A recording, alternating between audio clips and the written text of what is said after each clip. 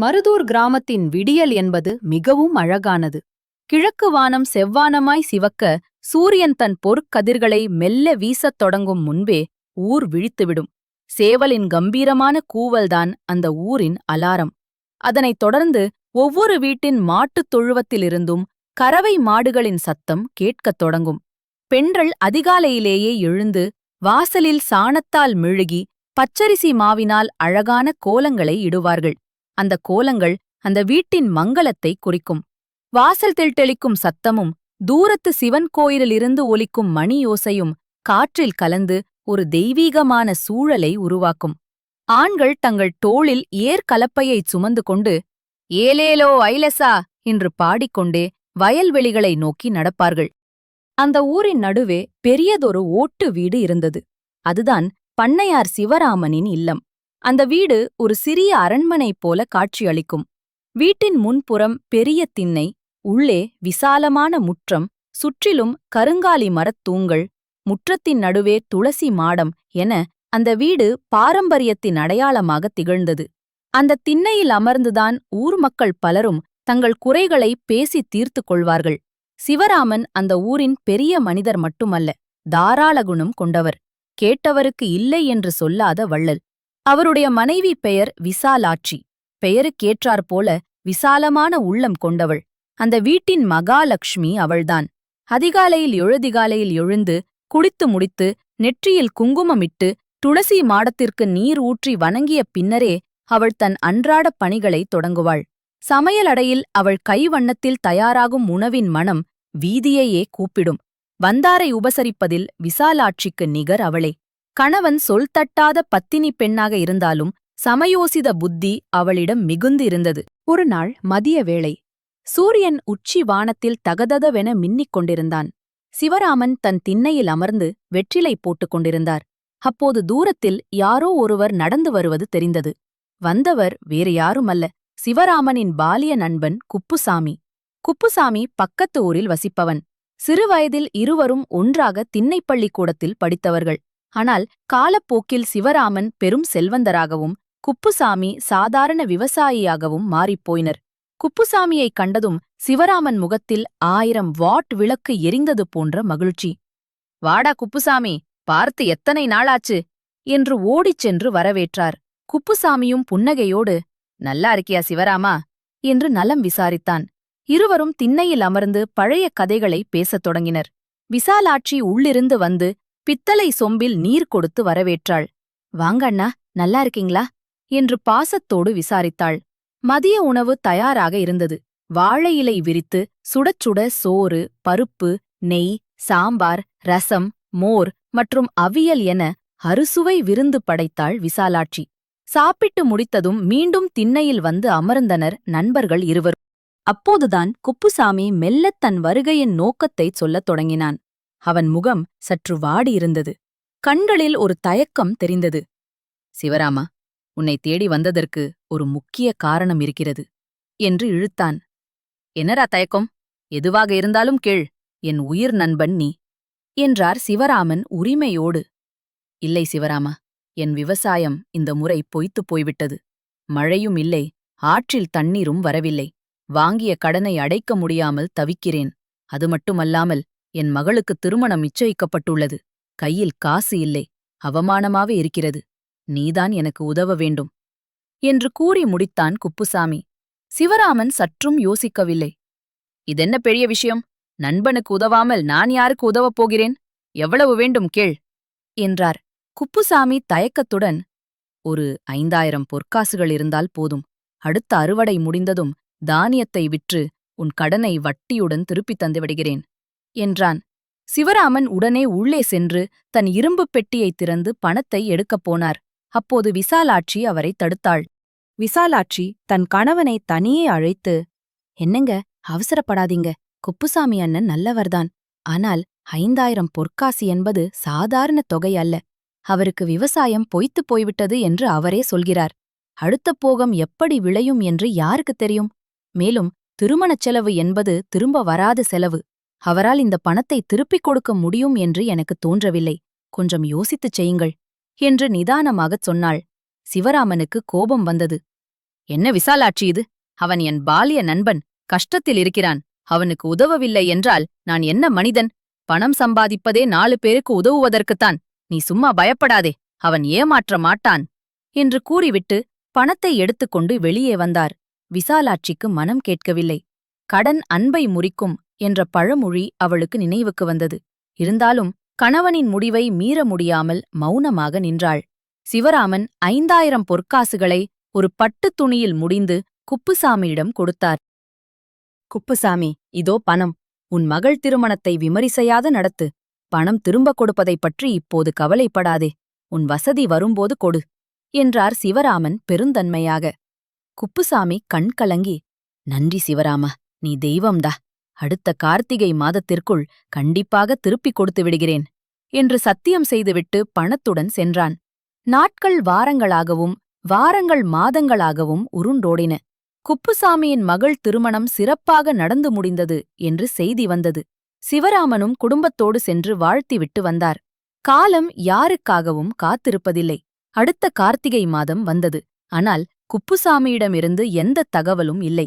சிவராமன் நினைத்தார், சரி, அறுவடை முடிந்திருக்காது, இன்னும் கொஞ்ச நாள் ஆகலாம் என்று. ஆனால் தை மாதம் பிறந்தது, பொங்கல் பண்டிகையும் முடிந்தது. அப்போதும் குப்புசாமி பணத்தை திருப்பிக் கொடுக்க வரவில்லை. இதற்கிடையில் சிவராமனின் வியாபாரத்திலும் சில நஷ்டங்கள் ஏற்பட்டன. கப்பலில் அனுப்பிய சரக்குகள் புயலில் சிக்கி சேதமடைந்தன. வீட்டில் பணப்புழக்கம் குறைந்தது. அவசர தேவைக்கு கையில் பணமில்லாத சூழல் உருவானது. அப்போதுதான் சிவராமனுக்கு குப்புசாமியின் நினைவு வந்தது. விசாலாட்சி, நான் போய் குப்புசாமியை பார்த்துவிட்டு வருகிறேன். அவன் பணத்தை திருப்பிக் கொடுத்தால் நமக்கு உதவியாக இருக்கும் என்றார் சிவராமன். விசாலாட்சி பெருமூச்சு விட்டாள். போய் வாருங்கள், ஆனால் வெறுங்கையோடு திரும்ப வேண்டாம் என்று வேண்டிக் கொள்கிறேன் என்றாள். சிவராமன் குப்புசாமியின் ஊருக்குச் சென்றார். குப்புசாமியின் வீடு முன்பை விட வசதியாக காட்சியளித்தது. வீட்டின் முன் புதிய மாட்டு வண்டி நின்றது. உள்ளே சென்ற சிவராமனை குப்புசாமி அவ்வளவு உற்சாகமாக வரவேற்கவில்லை. ஏதோ கடமைக்கு, வா சிவராமா என்றான். குப்புசாமி, சும்மா உன்னை பார்த்துவிட்டு போகலாம் என்றுதான் வந்தேன். அப்புறம் அந்த பணம் விஷயம் என்று தயக்கத்துடன் ஆரம்பித்தார் சிவராமன். குப்புசாமி முகம் மாறியது. என்ன சிவராமா, வந்தவுடனே பணத்தைப் பற்றி கேட்கிறாய்? நான் எங்கே ஓடிப்போகப் போகிறேன்? இந்த முறை விளைச்சல் சரியில்லை, இன்னும் கொஞ்சம் கால அவகாசம் வேண்டும் என்றான் அலட்சியமாக. சிவராமனுக்கு சற்று அதிர்ச்சியாக இருந்தது. வீட்டின் தோற்றமும் அவன் அணிந்திருந்த புது ஆடைகளும் அவன் கஷ்டத்தில் இல்லை என்பதை உணர்த்தின. இருந்தாலும் நண்பனை நம்பி, சரி குப்புசாமி, சீக்கிரம் பார்த்துச் செய், எனக்கும் கொஞ்சம் நெருக்கடி என்று கூறிவிட்டு திரும்பினார். இப்படியே பல மாதங்கள் கடந்தன. ஒவ்வொரு முறை சிவராமன் கேட்கும்போதும் குப்புசாமி ஏதாவது ஒரு சாக்குப்போக்குச் சொல்லித் தட்டிக் கழித்தான். ஒரு கட்டத்தில் குப்புசாமி சிவராமனை பார்த்தாலே ஒளிந்து கொள்ளத் தொடங்கினான். ஊர் மக்கள் பேசிக் கொண்டார்கள். குப்புசாமி மகள் கல்யாணத்தோடு நில்லாமல் நிலம் வாங்கிப் போட்டிருக்கிறான், புது வீடு கட்டுகிறான் என்று. ஆனால் சிவராமனிடம் வாங்கிய கடனை மட்டும் அடைக்க மனமில்லை. சிவராமனுக்கு இப்போதுதான் விசாலாட்சி சொன்ன வார்த்தைகளின் அர்த்தம் புரிந்தது. கடன் அன்பை முறிக்கும் என்பது 100க்கு 100 உண்மை என்பதை உணர்ந்தார். பணத்தை கேட்டால் நட்பு போய்விடும், கேட்காவிட்டால் பணம் போய்விடும் என்ற இக்கட்டான நிலை. ஒருநாள் சிவராமன் மிகவும் கோபத்தோடு குப்புசாமியின் வீட்டுக்குச் சென்றார். குப்புசாமி, இனிமேல் பொறுக்க முடியாது. நீ வசதியாக வாழ்வது எனக்கு தெரியும். ஆனால் என் பணத்தை தர மறுக்கிறாய், இது நியாயமா என்று சத்தமாக கேட்டார். அப்போது அங்கே ஊர் மக்கள் கூடிவிட்டனர். குப்புசாமிக்கு அவமானமாகிவிட்டது. அவன் உடனே, நான் எப்போது உன்னிடம் பணம் வாங்கினேன்? சாட்சி இருக்கிறதா? பத்திரம் எழுதியிருக்கிறோமா? சும்மா வந்து மிரட்டாதே என்று கூச்சலிட்டான். சிவராமன் உறைந்து போய்விட்டார். பால்ய நண்பன் இப்படி பச்சையாக பொய் சொல்வான் என்று அவர் கனவிலும் நினைக்கவில்லை. நம்பிக்கையின் அடிப்படையில் கொடுத்த கடன் என்பதால் எந்த பத்திரமும் எழுதவில்லை. சாட்சிக்கும் ஆளில்லை. ஊர் மக்கள் முன் தலை குனிந்து நின்றார் சிவராமன். தர்மம் தோற்றுவிட்டதோ என்று கலங்கினார். அப்போது கூட்டத்திலிருந்த ஒரு முதியவர், அவர் பெயர் சோமசுந்தரம், முன் வந்தார். அவர் அந்த ஊரின் நாட்டாமை.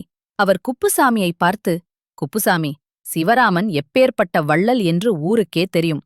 அவன் பொய் சொல்ல மாட்டான். நீ கடவுளுக்கு பயந்து உண்மையைச் சொல் என்றார். ஆனால் குப்புசாமி மசியவில்லை. ஆதாரம் இருந்தால் காட்டுங்கள், பணம் தருகிறேன் என்று பிடிவாதமாக நின்றான். சிவராமன் மனமுடைந்து வீடு திரும்பினார். நடந்ததை விசாலாட்சியிடம் கூறினார். விசாலாட்சி கணவனை தேற்றினாள். கவலைப்படாதீர்கள், தர்மம் தலை காக்கும். அந்த பணத்தை இழந்ததாகவே நினையுங்கள். ஆனால் இது நமக்கு ஒரு பெரிய பாடம். இனிமேல் தகுதி அறிந்து சாட்சி வைத்துதான் உதவ வேண்டும் என்றாள். சில நாட்கள் கழித்து மருதூர் கிராமத்திற்கு ஒரு ஞானி வந்தார். அவர் பெயர் சிவானந்தர்.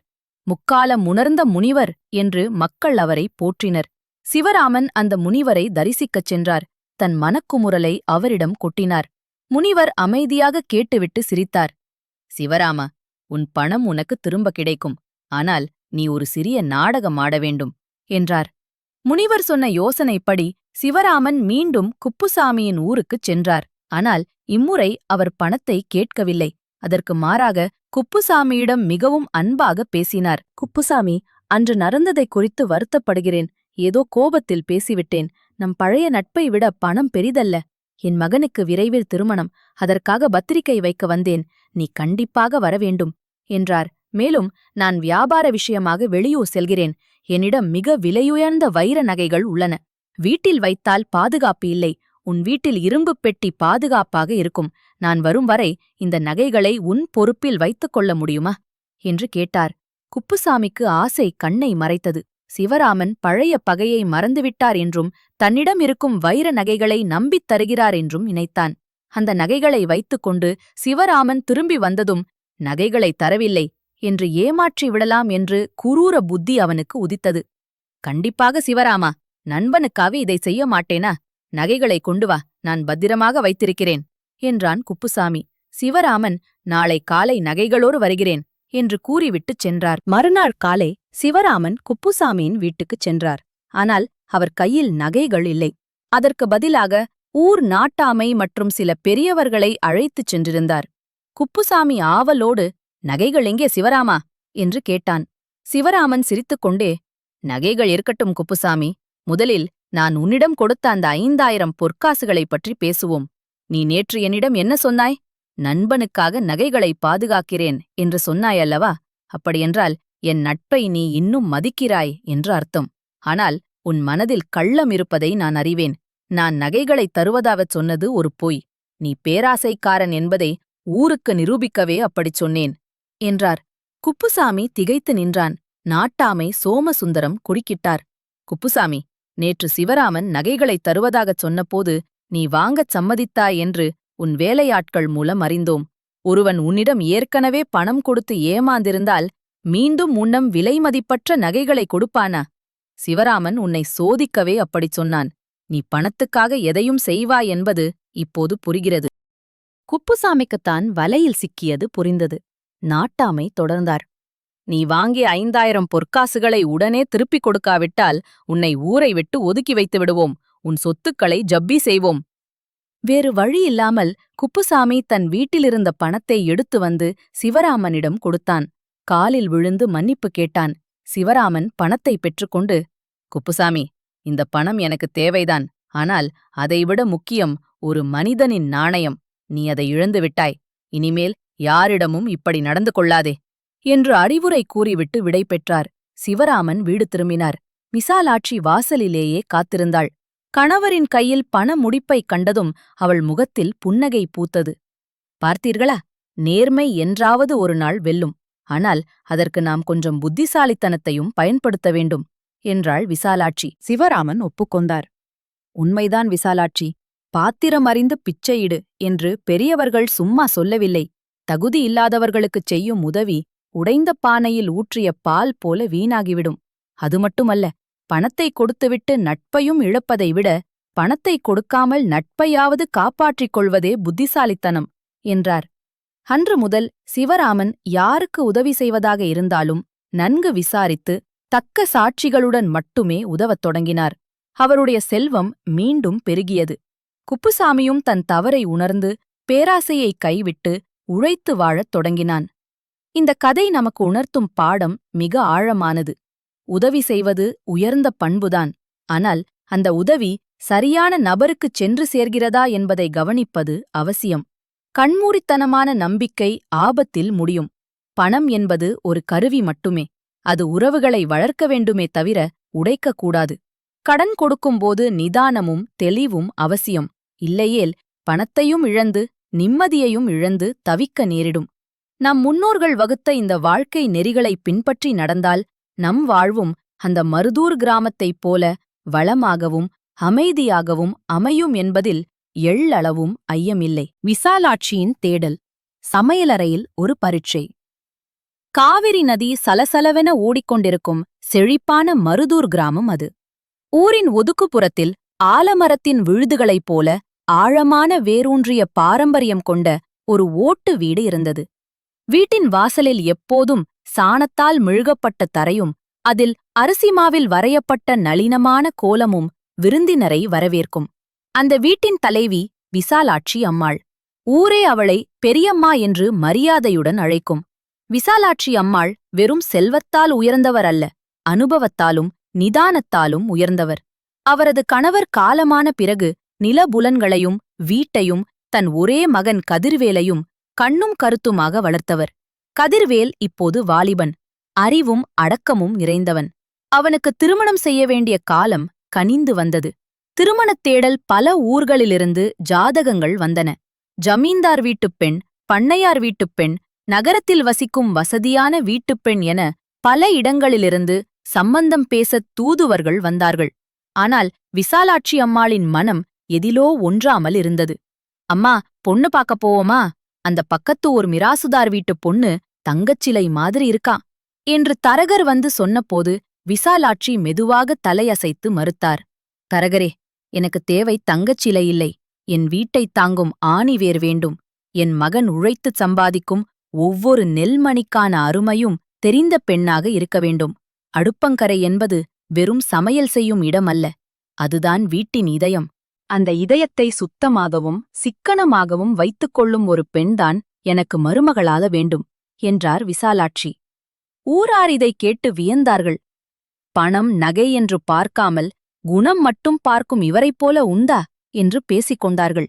பல ஜாதகங்களைப் பார்த்து இறுதியாக 3 பெண்களை தேர்வு செய்தார். மூவருமே நற்குணங்கள் நிரம்பியவர்கள். மூவருமே வெவ்வேறு சூழலில் வளர்ந்தாலும் புத்திசாலிகள். அவர்களை தன் வீட்டிற்கு வரவழைத்தார் விசாலாட்சி.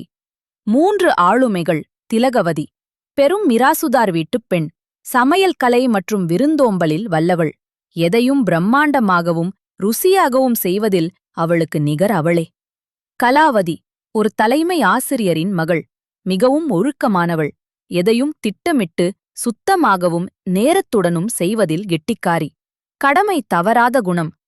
பூங்கோதை, எளிய உழவர் வீட்டுப் பெண், இயற்கையோடு இயைந்து வளர்ந்தவள். அவளுக்கு பெரிதாக படிப்பறிவு இல்லை என்றாலும் அனுபவ அறிவு அதிகம். மூவரையும் வரவேற்று அமர வைத்தார் விசாலாட்சி. சிறிது நேரம் பொதுவான நலம் விசாரிப்புகள் நடந்தன. பின்னர் விசாலாட்சி தன் சோதனையை தொடங்கினார். குழந்தைகளே, இன்று மதியம் என் வீட்டில் நீங்கள் மூவரும் தான் சமையல் செய்யப் போகிறீர்கள். இது யார் ருசியாக சமைக்கிறார்கள் என்பதற்கான போட்டி அல்ல. இது ஒரு குடும்பத்தை எப்படி நிர்வகிக்கிறீர்கள் என்பதற்கான சிறிய பரீட்சை என்றார் விசாலாட்சி. மூவரும் திகைத்தனர். விசாலாட்சி தொடர்ந்தார். என் வீட்டு சமையலறை பெரிதாவே இருக்கலாம், ஆனால் இன்று அங்கே உங்களுக்கு தேவையான காய்கறிகள் குறைவாகவே இருக்கும். அரிசியும் பருப்பும் அளவாகத்தான் வைத்திருக்கிறேன். விறகும் குறைவாகத்தான் உள்ளது. இதை வைத்துக்கொண்டு எந்த குறையும் இல்லாமல் ருசியாகவும் அதே சமயம் வீணாக்காமலும் யார் சமைக்கிறீர்கள் என்று பார்க்க விரும்புகிறேன். 3 பெண்களும் சமையலறைக்குள் நுழைந்தனர். அங்கே 3 தனித்தனி அடுப்புகள் இருந்தன. சமையலறையின் ஒரு மூலையில் நேற்று தோட்டத்திலிருந்து பறித்த சுரைக்காய்கள், பீர்க்கங்காய்கள் மற்றும் கொஞ்சம் கீரைக்கட்டுகள் இருந்தன. ஆனால் அவை அனைத்தும் சற்று வாடிப் போயிருந்தன. புதிதாக பறித்த காய்கறிகள் அங்கே இல்லை. திலகவதியின் அணுகுமுறை. சுவையும் செழுமையும். திலகவதி காய்கறிகளை பார்த்தாள். சற்று வாடியிருக்கிறது, பரவாயில்லை. என் கைவண்ணத்தால் இதை ராஜபோஜனமாக மாற்றிக் காட்டுகிறேன் என்று நினைத்தாள். அவள் சுரைக்காயின் தடிமனான தோலைச் சீவி நீக்கிவிட்டு உள்ளே இருந்த மென்மையான பகுதியை மட்டும் எடுத்தாள். மென்மையான காய்கறிதான் நாக்கிற்கு ருசி தரும் என்பது அவள் எண்ணம். பீர்க்கங்காயின் முனைகளை தாராளமாக நறுக்கினாள். குழம்பில் நெய்யையும் வாசனைப் பொருட்களையும் சரியான விகிதத்தில் சேர்த்தாள். அவள் செய்த சமையல் அந்த தெருவையே மணக்க வைத்தது. ஒரு விருந்துக்குத் தேவையான அத்தனை ருசியும் அதில் இருந்தது. அவள் நோக்கம் வந்தவர்களுக்குத் தலைசிறந்த ருசியைக் கொடுக்க வேண்டும் என்பது. கலாவதியின் அணுகுமுறை, ஒழுங்கும் கடமையும். கலாவதி நேரத்தை கணக்கிட்டாள். சரியாக 12 மணிக்குள் உணவை முடிக்க வேண்டும் என்று திட்டமிட்டாள். காய்கறிகளை ஒரே அளவில் மிக அழகாக நறுக்கினாள். சுரைக்காயின் தோல் முற்றியிருந்ததால் அது வேகாது என்று நினைத்து அதைச் சீவி ஓரமாக வைத்தாள். சமையல் மேடை எங்கும் ஒரு துளி நீர் கூட சிந்தாமல் மிகச் சுத்தமாக வேலை செய்தாள். பாத்திரங்கள் உடனுக்குடன் கழுவப்பட்டன. அவள் செய்த சமையல் சுகாதாரமானதாகவும் சரியான பதத்துடனும் இருந்தது. அவள் நோக்கம் எந்தக் குறையும் சொல்ல முடியாத அளவிற்கு சுத்தமாகவும் முறையாகவும் சமைக்க வேண்டும் என்பது. பூங்கோதையின் அணுகுமுறை, சிக்கனமும் அன்பும். பூங்கோதை காய்கறிகளை கையில் எடுத்தாள். இவை வாடியிருந்தாலும் பூமியின் சத்து குறையாதவை என்று நினைத்தாள். அரிசி களைந்த நீரை தனியாக ஒரு வாளியில் சேகரித்தாள். இது கன்றுக்குட்டிக்கு ஆகாரம் என்று முணுமுணுத்தாள். பீர்க்கங்காயின் தோல் முற்றி இருந்தது. திலகவதியும் கலாவதியும் அதை தள்ளி வைத்தனர். ஆனால் பூங்கோதி யோசித்தாள். இந்த தோலில்தான் நார்ச்சத்தும் சுவையும் ஒளிந்திருக்கும் என்று எண்ணினாள். அந்த தோலைச் சீவி அதை வாணலியில் வதக்கி புளி, காய்ந்த மிளகாய் வைத்து அம்மியில் அரைத்து துவையல் செய்தாள்.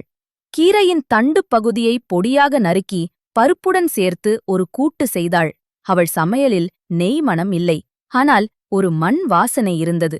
பரிமாறும் நேரம் மதிய உணவு பரிமாறப்பட்டது. கதிர்வேலும் விசாலாட்சியும் அமர்ந்தனர். திலகவதி பரிமாறினாள். உணவு மிகச் சுவையாக இருந்தது. நாக்கில் நீர் ஊறும் ருசி. அம்மா, காய் சற்று முற்றியிருந்தாலும் பக்குவமாக சமைத்திருக்கிறேன் என்றாள் பெருமையுடன். கலாவதி பரிமாறினாள். தட்டில் எல்லாம் நேர்த்தியாக இருந்தது. சோறு ஒரு பருக்கை கூட குழையவில்லை. சரியான நேரத்தில் சுத்தமாக சமைத்திருக்கிறேன் அம்மா என்றாள் பணிவுடன். பூங்கோதி பரிமாறினாள். தட்டில் சுரைக்காய் குழம்புடன் அந்த பீர்க்கங்காய் தோல் துவையலும் இருந்தது. கதிர்வேல் அந்த துவையலை சாப்பிட்டுப் பார்த்தான். இது என்ன, மிகவும் வித்தியாசமான சுவையாக இருக்கிறதே, இது என்ன காய் என்று கேட்டான். பூங்கோதி மெதுவாக, அது பீர்க்கங்காயின் தோல், அதை வீச மனமில்லாமல் துவையல் செய்தேன் என்றாள். உணவு முடிந்தது. விசாலாட்சி மூவரையும் அழைத்தார். அவர் முகத்தில் தெளிவு இருந்தது. முதலில் திலகவதியிடம் பேசினார். மகளே, நீ ஒரு அன்னபூரணி. வாடிய காய்கறியைக் கூட உன் திறமையால் ருசியான விருந்தாக மாற்றினாய்.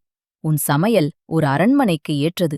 உன்னிடம் வருபவர்கள் வயிறு நிறைந்து மனமகிழ்ந்து போவார்கள். நீ சிறப்பானவள். அடுத்து கலாவதியிடம் பேசினார். மகளே, நீ ஒரு நிர்வாகி. சமையலறையை இவ்வளவு சுத்தமாகவும் நேரத்தை சரியாக பயன்படுத்தியும் சமைப்பது சாதாரண விஷயம் அல்ல. உன்னால் ஒரு குடும்பத்தை மிக ஒழுக்கமாக வழிநடத்த முடியும். நீயும் மிகச் சிறப்பானவள். கடைசியாக பூங்கோதையின் பக்கம் திரும்பினார். ஆனால் என் வீட்டிற்குத் தேவை ருசியோ ஒழுங்கோ மட்டுமல்ல, அதைத் தாண்டிய ஒரு பார்வை. விசாலாட்சி தொடர்ந்தார். திலகவதி, நீ ருசிக்காக தோலை நீக்கினாய். கலாவதி, நீ அது வேகாது என்று நினைத்து நீக்கினாய். உங்கள் இருவர் பார்வையும் சரியே, அதில் தவறில்லை. ஆனால் பூங்கோதை, நீ மட்டும்தான் அந்தப் பொருளில் உள்ள உயிரை பார்த்தாய். மற்றவர்கள் கழிவு என்று நினைத்த ஒன்றை நீ உணவு என்று மாற்றினாய். ஒரு விவசாய குடும்பத்தின் ஆணிவேர் இதுதான். வயலில் விளையும் எதுவும் வீணாகக் கூடாது என்ற எண்ணம் உனக்கு இருக்கிறது. அரிசி கழுவிய நீரைக் கூட நீ சாக்கடையில் ஊற்றவில்லை, வாயில்லா ஜீவனுக்கு வைத்தாய். பஞ்சம் வந்தாலும் வறட்சி வந்தாலும் கையில் இருக்கும் மிகக் குறைந்த பொருளை வைத்து தன் குடும்பத்தையும் தன்னைச் சார்ந்த உயிர்களையும் காப்பாற்றும் சாமர்த்தியம் உன்னிடம் இருக்கிறது. அந்த ஜீவ காருண்யம் கலந்த புத்திசாலித்தனமே எனக்குத் தேவை. திலகவதியும் கலாவதியும் தங்கள் தோல்வியை எண்ணி வருந்தவில்லை. மாறாக பூங்கோதையின் அந்த நுட்பமான பார்வையை எண்ணி வியந்தனர். மரத்தை சாட்சிக்கு அழைத்த நீதிபதி. நண்பனை ஏமாற்றியவனுக்கு கிடைத்த தண்டனை சோழ வளநாட்டின் ஒரு பகுதியாகத் திகழ்ந்தது அந்தச் சிறிய கிராமம். அதன் பெயர் திருவாவூர். ஊரின் எல்லையிலேயே ஓங்கி உயர்ந்த அரசமரமும் அதன் அடியில் வீற்றிருக்கும் பிள்ளையாரும் வழிப்போக்கர்களுக்கு நிழலும் அருளும் தந்து கொண்டிருந்தனர். ஊருக்குள் நுழைந்தாலே அமைதி மனதை வருடும். அதிகாலைப் பொழுதில் சேவல் கூவும் சத்தமும், அதனைத் தொடர்ந்து வீடுகளில் பெண்கள் வாசல் தெளித்து கோலமிடும் அழகும் காண்பவர் கண்களுக்கு விருந்தாகும். வீதிதோறும் காலையில் பசுஞ்சாணத்தின் மனம் வீசும். அந்தணர்கள் வேத மந்திரங்களை முழங்க, உழவர்கள் ஏர்கலப்பையை தோளில் சுமந்து வயல்வெளிக்குச் செல்வார்கள்.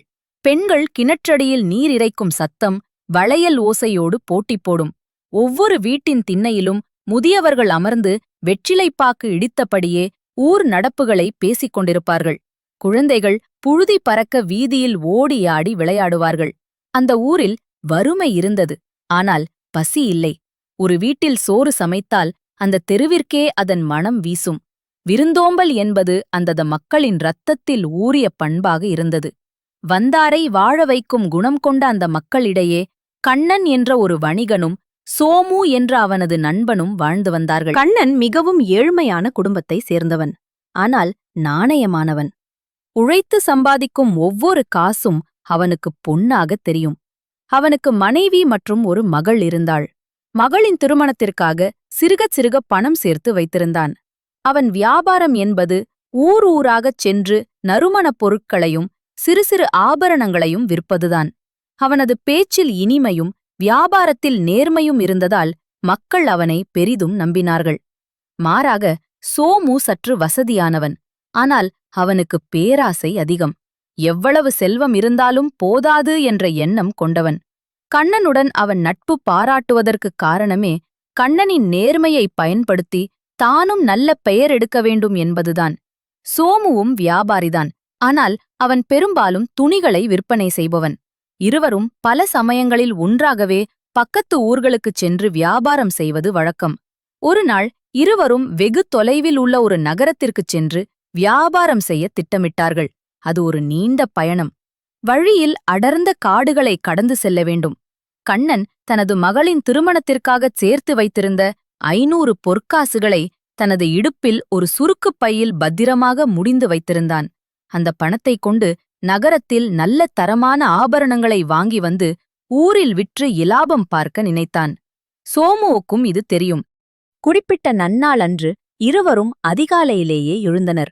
கண்ணனின் மனைவி அவனுக்கு கட்டுச்சோறு கட்டித் தந்தாள். புளியோதரையின் மணம் மூக்கை துளைத்தது. பத்திரமாக போய் வாருங்கள் என்று அவள் வழியனுப்ப கண்ணன் தனது மூட்டையை தோளில் சுமந்து கொண்டு கிளம்பினான். சோமுவும் தனது வீட்டிலிருந்து தயாராகி வந்தான். கண்ணா, இன்று வானிலை நன்றாவே இருக்கிறது. நாம் வேகமாக நடந்தால் மதியத்திற்குள் அந்த காட்டுப் பகுதியை தாண்டிவிடலாம் என்றான் சோமு. ஆம் நண்பா, எனக்கு பணத்தைப் பற்றிய கவலைதான். இது என் மகளின் வாழ்க்கைக்கான பணம். பத்திரமாகச் சென்று திரும்ப வேண்டும் என்றான் கண்ணன் அப்பாவியாக. இருவரும் நடந்தார்கள்.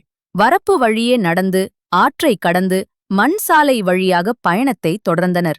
சூரியன் மெல்ல மெல்ல மேலேறத் தொடங்கியது. காலை வெயில் இதமாக இருந்தாலும் நேரம் ஆக ஆக வெப்பம் தடித்தது.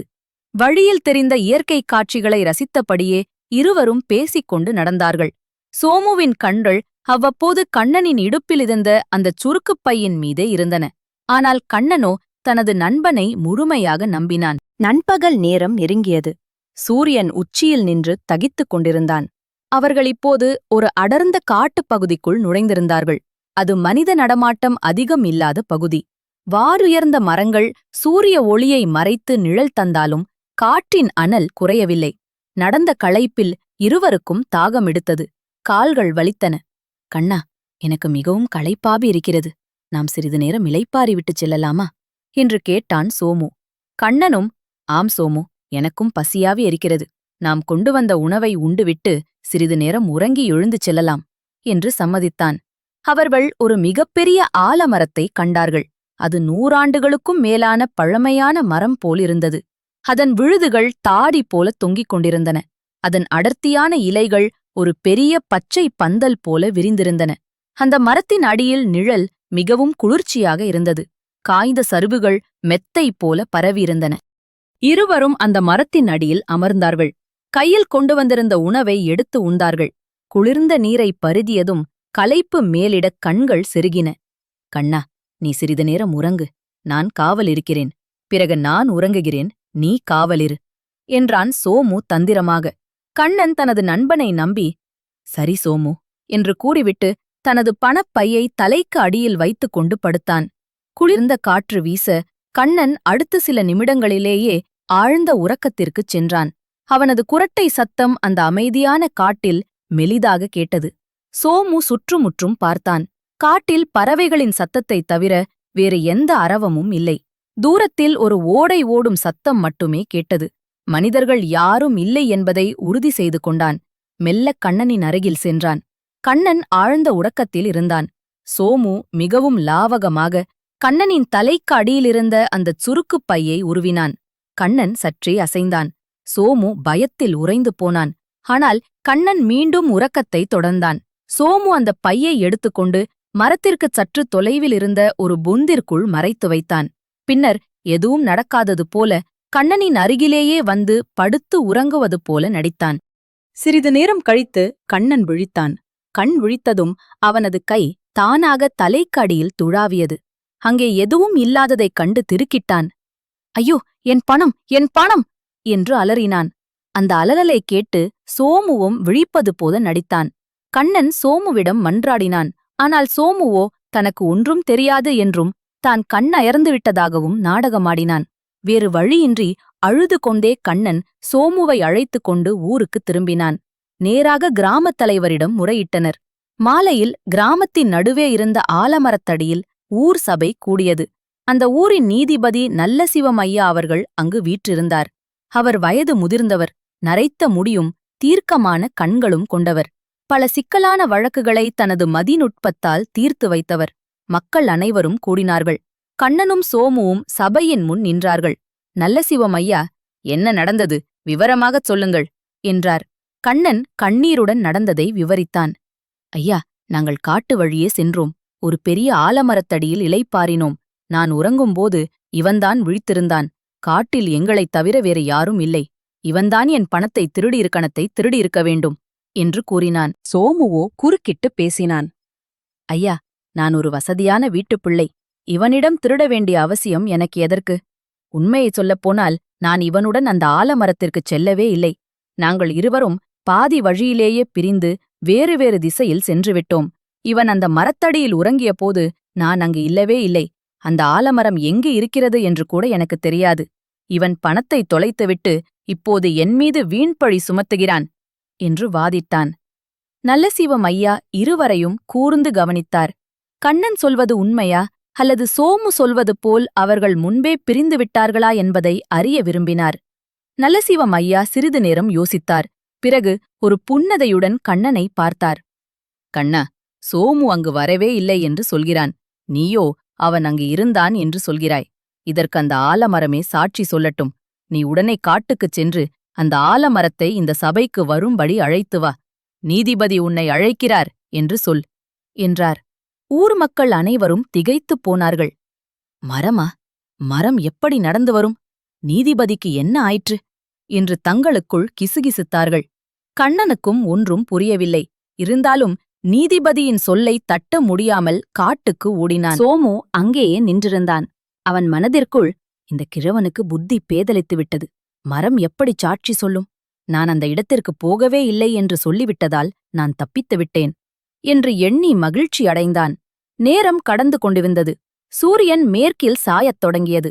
மரங்களின் நிழல்கள் நீந்து விழுந்தன. சபை அமைதியாக இருந்தது. நல்லசிவம் ஐயா எதுவும் பேசாமல் அமர்ந்திருந்தார். சோமுவும் கூட்டத்தோடு நின்று கொண்டிருந்தான். திடீரென நல்லசிவம் ஐயா சோமுவை அழைத்தார். சோமு, உன் நண்பன் சென்று வெகு நேரம் ஆகிவிட்டது. அவன் இந்நேரம் அந்த மரத்தை அடைந்திருப்பானா அல்லது பாதி தூரம் சென்றிருப்பானா என்று சாதாரணமாக கேட்பது போல கேட்டார். சோமு சற்றும் யோசிக்காமல், இல்லை ஐயா, இன்னும் போயிருக்க வாய்ப்பில்லை. அந்த இடம் இங்கிருந்து வெகு தொலைவு. காட்டுக்குள் ரொம்ப தூரம் நடக்க வேண்டும். அந்த பெரிய ஆலமரம் இருக்கும் இடத்திற்குப் போய்ச் சேரவே இன்னும் ஒரு நாழிகையாகும். அவன் திரும்பி வருவதற்கு இரவாகிவிடும் என்று படபடவெனப் பேசினான். நல்லசிவம் ஐயா சிரித்தார். ஓ, அப்படியா? அந்த மரம் இருக்கும் இடம் வெகு தொலைவு என்றும் அங்கு செல்ல எவ்வளவு நேரமாகும் என்றும் உனக்கு துல்லியமாகத் தெரிகிறது, அப்படித்தானே என்றார்.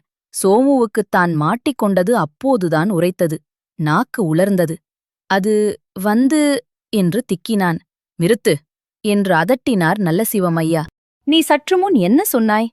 நான் அந்த மரத்திற்குப் போகவே இல்லை. அது எங்கு இருக்கிறது என்றே எனக்குத் தெரியாது. நாங்கள் முன்பே பிரிந்துவிட்டோம் என்றுதானே சொன்னாய்? அப்படியென்றால் இப்போது எப்படி அந்த மரம் வெகு தொலைவில் உள்ளது என்றும் அங்கு செல்ல எவ்வளவு நேரம் ஆகும் என்றும் உன்னால் சொல்ல முடிகிறது? தெரியாத இடத்தைப் பற்றி எப்படி இவ்வளவு துல்லியமாக கணிக்க முடியும் என்று கேட்டார். ஊர் மக்கள் இப்போது புரிந்து கொண்டார்கள். ஆஹா, என்ன ஒரு மதிநுட்பம் என்று வியந்தார்கள். சோமுவின் பொய் இப்போது வெளுத்து வாங்கியது.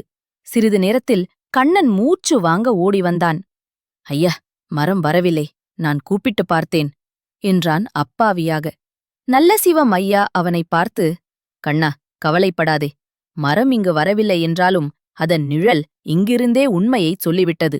ஆம், நீ இல்லாத நேரத்தில் உன் நண்பன் சோமு தன் வாயாலேயே அந்த மரத்தின் இருப்பிடத்தை வைத்து தன் பொய்யை ஒப்புக்கொண்டு விட்டான் என்றார். சோமுவின் முகம் வெளுத்துப் போனது. சபையிலிருந்தவர்களின் கோபமான பார்வையை அவனால் தாங்க முடியவில்லை. அவன் ஓடிச் சென்று நல்லசிவம் ஐயாவின் காலில் விழுந்தான். ஐயா, என்னை மன்னித்து விடுங்க. பணத்தாசை என் கண்ணை மறைத்துவிட்டது.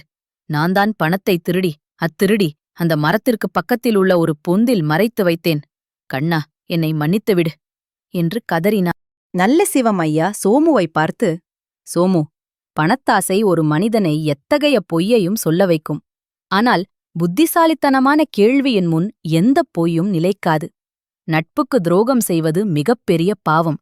நீ செய்த குற்றத்திற்கு தண்டனை உண்டு என்றார். காவலர்கள் சோமுவைக் கொண்டு சென்று அவன் மறைத்து வைத்திருந்த பணத்தை எடுத்து வரச் செய்தார்கள். பணம் முழுமையாக கண்ணனிடம் ஒப்படைக்கப்பட்டது. கண்ணன் ஆனந்த கண்ணீர் வடித்தான். ஐயா, நீங்கள் மட்டும் இல்லை என்றால் என் மகளின் வாழ்க்கை நாசமாகியிருக்கும். அந்த மரம்தான் என்னை காப்பாற்றியது என்றான் கண்ணன். இல்லை கண்ணா, உன் நேர்மைதான் உன்னை காப்பாற்றியது. இயற்கையை சாட்சியாக அழைத்தபோது பொய்யன் தன் நாவாலேயே உண்மையை உளறிவிட்டான்.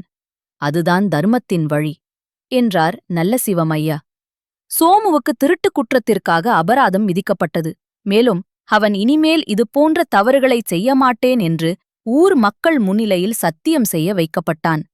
கண்ணன் தன் நண்பனை மன்னித்து, ஆனால் இனி அவனோடு வியாபாரம் செய்வதில்லை என்று முடிவு செய்தான். இந்த கதை நமக்கு உணர்த்தும் பாடம் என்னவென்றால், பொய் சொன்ன வாயும் திருடிய கையும் சும்மா இராது.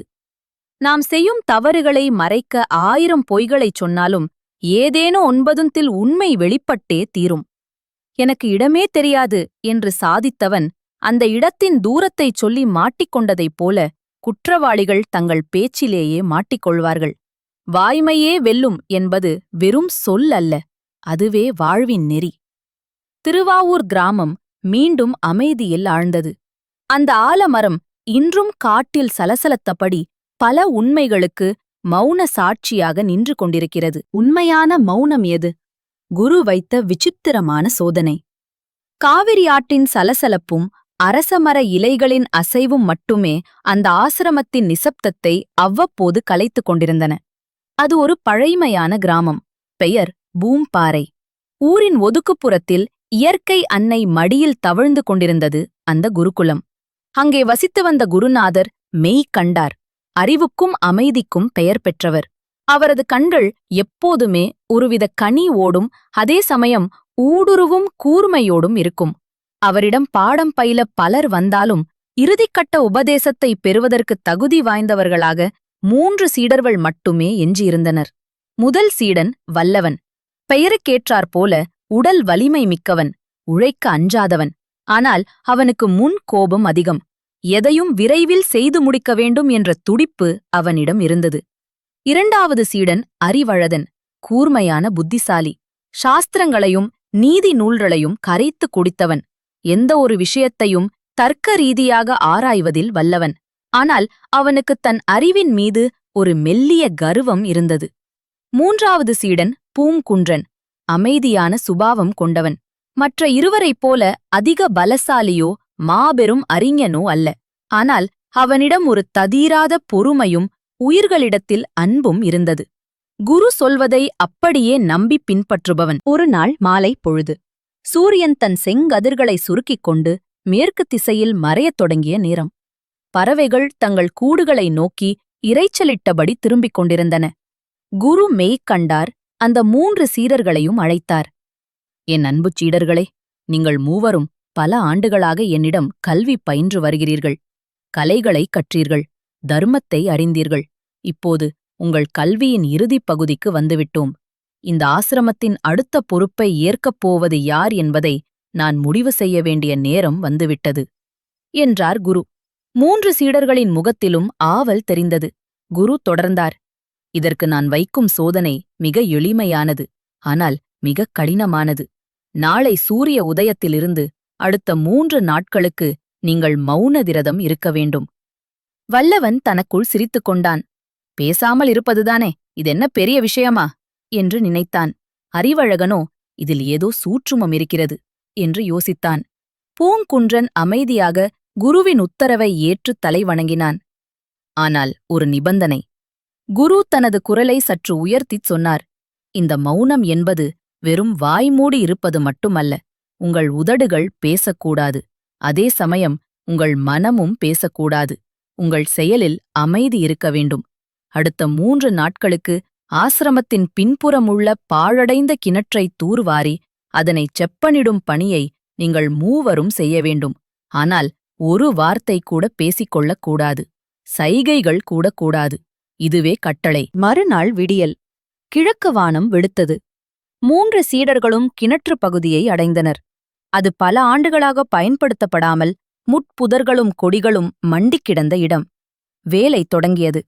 வல்லவன் உற்சாகமாக மண்வெட்டியை எடுத்தான். தன் முழு பலத்தையும் திரட்டி முட்புதர்களை வெட்டி எரியத் தொடங்கினான். அவனது ஒவ்வொரு வெட்டும் நான்தான் சிறந்தவன் என்று பறைசாற்றுவது போல இருந்தது. அவனது மூச்சுக்காற்றுவே வேகமாக வெளிப்பட்டது. உள்ளுக்குள் இதை நான் தனியாளாகவே முடித்துக் காட்டுவேன் என்ற அகந்தை அவனிடம் உரித்துக் கொண்டிருந்தது. அவன் வாய் திறக்கவில்லை. ஆனால் அவன் உடல் மொழியில் ஒரு இரைச்சல் இருந்தது. அறிவழகன் வேலையைத் தொடங்கும் முன் கிணற்றை சுற்றி வந்தான். எங்கு வெட்டினால் மண் சரியும், எங்கு கல்லை அடுக்க வேண்டும் என்று மனதிற்குள் கணக்கு போட்டான். வல்லவன் வெட்டுவதை பார்த்து, இவன் முட்டாள் போல பலத்தை வீணடிக்கிறான் என்று மனதிற்குள் விமர்சித்தான். அவன் வாய் பேசவில்லை. ஆனால் அவன் மனம் ஓயாமல் மற்றவர்களை எடை போட்டுக் கொண்டே இருந்தது. பூங்குன்றன் அமைதியாக ஒரு ஓரத்தில் வேலையைத் தொடங்கினான். அவன் மண்வெட்டியை பிடித்த விதத்தில் ஒரு நிதானம் இருந்தது. முட்புதர்களை அகற்றும்போது அதிலிருக்கும் சிறு பூச்சிகள் கூட காயப்படாமல் இருக்க கவனமாகச் செயல்பட்டான். அவன் கவனம் முழுவதும் வேலையில் மட்டுமே இருந்தது. அவனுக்கு போட்டி மனப்பான்மை இல்லை. மதியம் உச்சி வெயில் மண்டையை பிளந்தது. தாகம் தொண்டையை வரட்டியது. வல்லவன் வியர்வை வழிய வேலை செய்தான். அறிவழகன் நிழலைத் தேறினான். பூங்குன்றன் குடத்திலிருந்த நீரை எடுத்து வந்து முதலில் மற்ற இருவருக்கும் கொடுத்துவிட்டு மீதமிருந்ததை தான் அருந்தினான். வல்லவன் நீரை அவசரமாக குடித்தான். அறிவழகன், இவையே நமக்கு தண்ணீர் தருகிறான், நல்லவன் என்று காட்டிக்கொள்ளவா என்று சந்தேகத்துடன் பார்த்தான். பூங்குன்றன் எதையும் எதிர்பார்க்காமல் மீண்டும் வேலையில் மூழ்கினான். மாலை பொழுது வந்தது. முதல் நாள் முடிந்தது. வாய் திறக்கவில்லை. ஆனால் வல்லவன் முகத்தில் களைப்பும் எரிச்சலும் இருந்தது. அறிவழகன் முகத்தில் சிந்தனையும் குழப்பமும் இருந்தது. பூங்குன்றன் முகம் மட்டும் காலையிலிருந்த அதே மலர்ச்சியுடன் இருந்தது. 2ஆம் நாள். மனதின் போராட்டம். 2ஆம் நாள் வேலை இன்னும் கடினமானது. கிணற்றின் ஆழத்தில் இறங்கிச் சேற்றை அள்ள வேண்டும். வல்லவன் கிணற்றுக்குள் இறங்கினான். மேலே இருந்து கூடையை கயிற்றில் கட்டி இறக்குவது அறிவழகனின் வேலை. மண்ணை அள்ளிச் சுமப்பது பூங்குன்றனின் வேலை. வேலை மும்முரமாக நடந்து கொண்டிருந்தது. திடீரென்று அறிவழகன் கயிற்றை விடும்போது கவனக்குறைவாக பிடித்ததால் காலிக்கூடை வல்லவனின் தோளில் இடித்தது. வல்லவனுக்கு கோபம் தலைக்கேறியது. அவன் அறிவழகனை நிமிர்ந்து பார்த்தான். அவன் கண்கள் தீயாக ஜொலித்தன. முட்டாளே, பார்த்துவிடத் தெரியாதா என்று கத்தத் துடித்தான். ஆனால் குருவின் கட்டளை நினைவுக்கு வந்தது. பற்களை நரநரவென்று கடித்தான். கையை முறுக்கினான். அவன் வாய் மூடியிருந்தது. ஆனால் அவன் மனதிற்குள் வசவுச் சொற்கள் பெருக்கெடுத்து ஓடின. அவன் ஒரு கல்லை எடுத்து பக்கத்துச் சுவரில் ஓங்கி எறிந்தான். அறிவழகன் பயந்து போனான். நான் வேண்டுமென்றா செய்தேன், இவன் ஏன் இப்படி மிருகத்தனமாவே இருக்கிறான் என்று மனதிற்குள் வல்லவனை திட்டினான். அவனும் அமைதியை இழந்தான். அவனது மனம் தற்காப்பு வாதங்களை அடுக்கிக் கொண்டிருந்தது. சிறிது நேரத்தில் பூங்குன்றன் உள்ளே இறங்கினான். அவன் வல்லவனின் தோளில் பட்ட காயத்தை பார்த்தான். எதுவும் பேசாமல் பக்கத்திலிருந்த வேப்பிலையைப் பறித்து கசக்கி அந்தச் சாற்றை காயத்தில் தடவினான். அவனது தொடுதலில் ஒரு ஆறுதல் இருந்தது. வல்லவனின் கோபம் சற்றே தணிந்தது. ஆனால் அவனது ஈகோ முழுமையாக அடங்கவில்லை. அன்று இரவு ஆசிரமத்தில் அனைவரும் தியானத்தில் அமர்ந்திருந்தனர். வல்லவனால் தியானிக்க முடியவில்லை. பகலில் நடந்த சம்பவமே அவன் மனதில் ஓடிக்கொண்டிருந்தது. அவன் வேண்டுமென்றே செய்திருப்பானோ என்ற சந்தேகம். அறிவழகனுக்கும் அமைதியில்லை. நாளை என்ன நடக்குமோ என்ற பதற்றம். பூங்குன்றன் கண்களை மூடி அமர்ந்தான். அவன் மனதில் கிணறும் இல்லை, காயமும் இல்லை. குருவின் முகம் மட்டுமே இருந்தது. அவனது மூச்சுக்காற்று சீராவே இருந்தது. 3ஆம் நாள் சோதனையின் உச்சம். 3ஆம் நாள் கிணற்று வேலை முடியும் தருவாயில் இருந்தது. அன்று ஒரு விபரீதம் காத்திருந்தது. மதியம் உணவு இடைவேளை முடிந்து அவர்கள் திரும்பியபோது ஒரு வயதான மூதாட்டி தன் ஆடுகளை ஓட்டிக்கொண்டு அந்த வழியாக வந்தாள். அவளுக்கு கண் பார்வை குறைவு. ஆடுகள் அங்குமிங்கும் சிதறி ஓடின. அதில் ஒரு சிறிய ஆட்டுக்குட்டி இவர்கள் வெட்டி வைத்திருந்த பள்ளத்தை நோக்கி குதித்து ஓடியது. அந்த பள்ளம் கிணற்றின் விளிம்பில் ஆபத்தாக இருந்தது. வல்லவன் இதை பார்த்தான். நாம் பேசக்கூடாது, சத்தம் போட்டால் விரதம் கலைந்துவிடும் என்று நினைத்து கை கட்டி நின்றான். அந்த கிழவி ஆட்டை பார்த்து கொள்ள வேண்டும், அது என் வேலையல்ல என்பது அவன் எண்ணம். அறிவழகன் பார்த்தான். இப்போது நான் கத்தினால் குருவின் கட்டட்டளையை மீறியதாகும். ஆனால் ஆடு விழுந்தால் பாவம், என்ன செய்வது என்ற தர்ம சங்கடத்தில் ஆழ்ந்து யோசிப்பதிலேயே நேரத்தை கடத்தினான். பூங்குன்றன் எதையும் யோசிக்கவில்லை. விதி, விரதம், வெற்றி, தோல்வி எதையும் அவன் மனம் கணக்கிடவில்லை. ஆட்டுக்குட்டி பள்ளத்தை நெருங்கிய அதே நொடியில் அவன் பாய்ந்து சென்றான். நில் என்று உரக்க கத்தவில்லை. ஆனால் தன் கைகளைத் தட்டி ஒருவித ஒலியை எழுப்பி ஆட்டுக்குட்டியை தடுத்து நிறுத்தினான். அது மிரண்டு பின்வாங்கியது. அதற்குள் அந்த மூதாட்டி அங்கே வந்துவிட்டாள். ஐயா, என் கண்ணு தெரியாத கிழவிக்கு ஒத்தாசையா இருந்தீங்களே, நல்லா இருங்க சாமி என்று கையெடுத்து கும்பிட்டாள். பூங்குன்றன் புன்னகைத்துவிட்டு மீண்டும் வேலையை தொடரச் சென்றான். வல்லவன் உள்ளுக்குள் மகிழ்ந்தான். பூங்குன்றன் சத்தம் போட்டுவிட்டான். அவன் விரதம் கலைந்தது, நான்தான் வெற்றி பெற்றேன் என்று நினைத்தான். அறிவழகம் இவன் சைகை செய்து கையைத் தட்டி சத்தம் எழுப்பினான். இது மௌன விரதத்திற்கு எதிரானது, நான் விதியை மீறவில்லை என்று தனக்குத்தானே சமாதானம் செய்து கொண்டான். மாலை சூரியன் மறைந்தது. 3 நாட்களுக்கான காலக்கெடு முடிந்தது. மறுநாள் காலை குரு மெய்கண்டார் அரச மரத்தடியில் அமர்ந்திருந்தார். 3 சீடர்களும் அவர் முன் வந்து நின்றனர். குரு ஒவ்வொருவரின் முகத்தையும் உற்றுப் பார்த்தார். முதலில் வல்லவனை பார்த்தார். வல்லவா, உன் மௌனம் எப்படி இருந்தது? வல்லவன் உற்சாகமாகச் சொன்னான். குருவே, நான் ஒரு வார்த்தை கூட பேசவில்லை.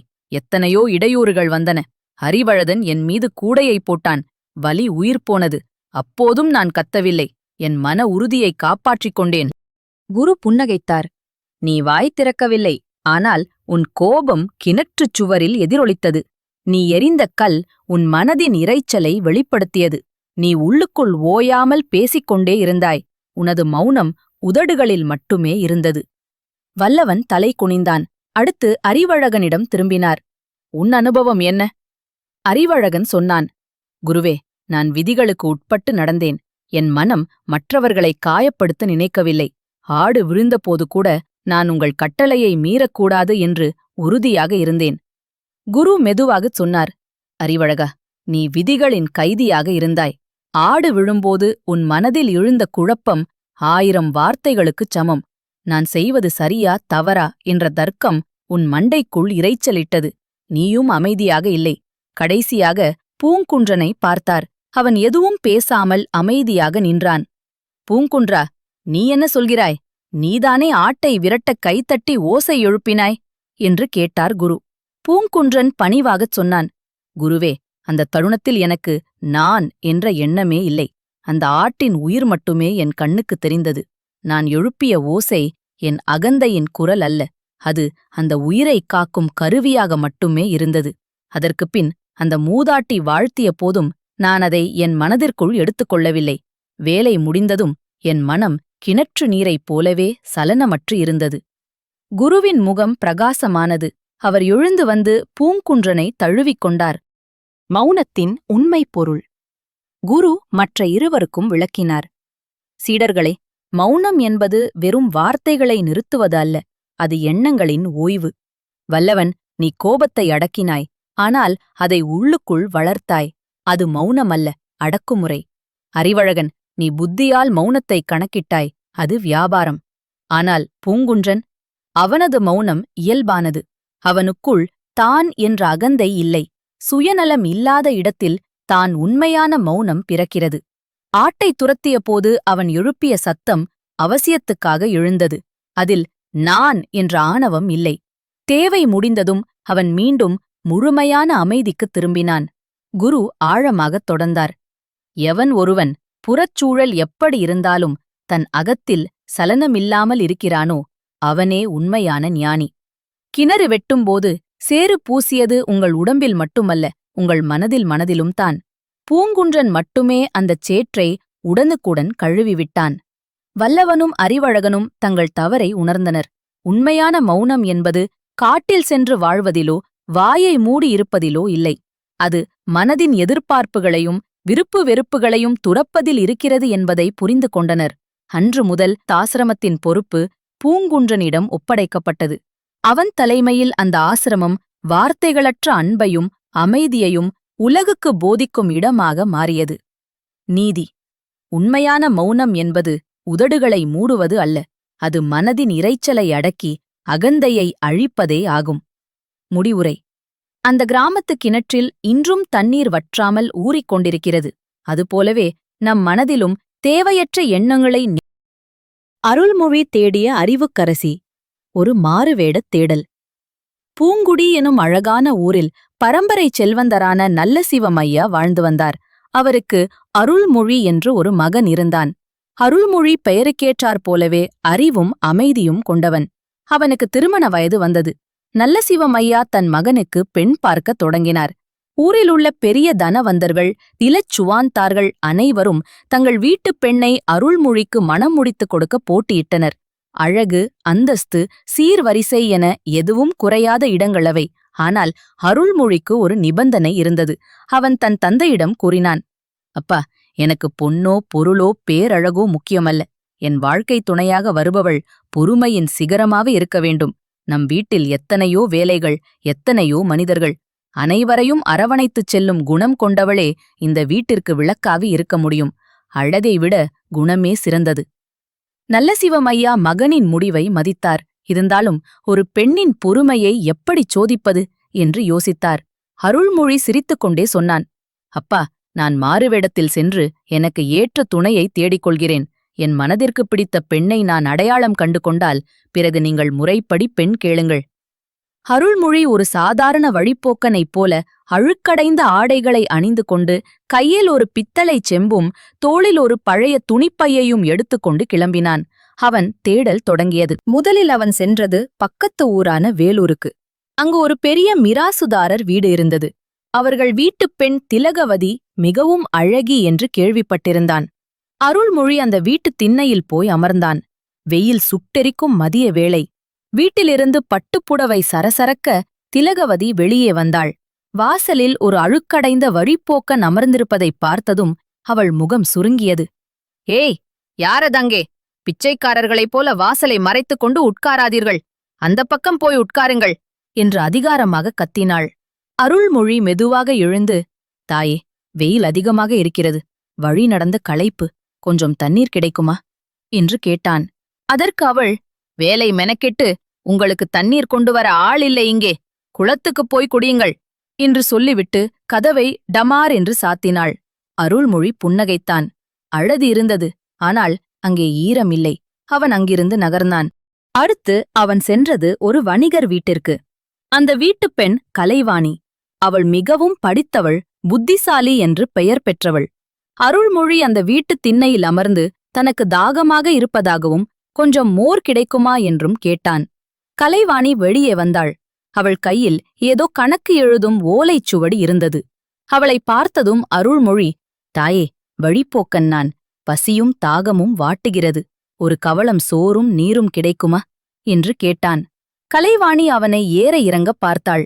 உங்களை பார்த்தால் உழைக்கத் தெம்புள்ள ஆளாகத் தெரிகிறது. இப்படி ஊர் ஊராகச் சுற்றிக் கொண்டு சோம்பேறியாக இருப்பதற்கு வெட்கமாக இல்லை. உழைத்துச் சாப்பிடுங்கள், இங்கே தர்மச்சத்திரம் நடத்தவில்லை என்று அறிவுரை கூறினாள்.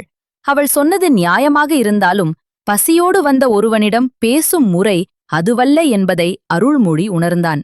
அறிவு இருந்தது, ஆனால் அங்கே கனிவு இல்லை.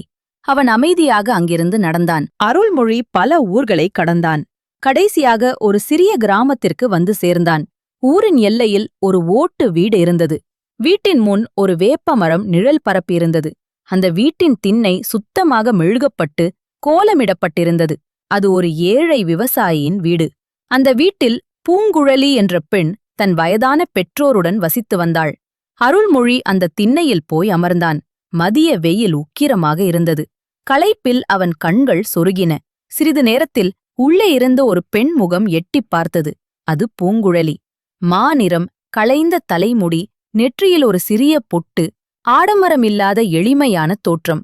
அவள் அருள்மொழியை பார்த்ததும் முகம் சுளிக்கவில்லை. மாறாக ஓடி வந்து ஒரு செம்புத் தண்ணீரை அவன் முன் வைத்தாள்.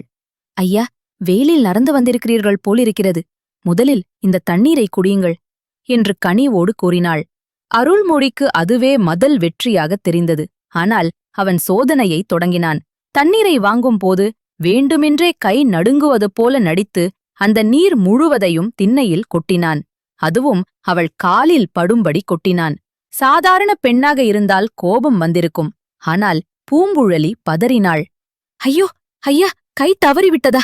பரவாயில்லை, பரவாயில்லை, என் கை பட்டுத்தான் விழுந்திருக்கும். நான் வேறு தண்ணீர் கொண்டு வருகிறேன் என்று சொல்லிவிட்டு உள்ளே ஓடினாள். அருள்மொழிக்கு ஆச்சரியம். பழி தன்மீது விழாமல் இருக்க தானே பழியை ஏற்றுக்கொண்ட அவளின் குணம் அவனை ஈர்த்தது. மீண்டும் தண்ணீர் கொண்டு வந்தாள். அவன் குடித்து முடித்ததும், தாயே, பசிக்கிறது, ஏதாவது உணவு இருந்தால் கொடு என்று கேட்டான். அந்த வீட்டில் அப்போது சமைக்க அரிசி இல்லை என்பது அவனுக்கு தெரியாது. பூங்குழலியின் முகம் வாடியது. ஐயா, சற்று பொறுங்கள், இதோ வருகிறேன் என்று சொல்லிவிட்டுச் சென்றாள்.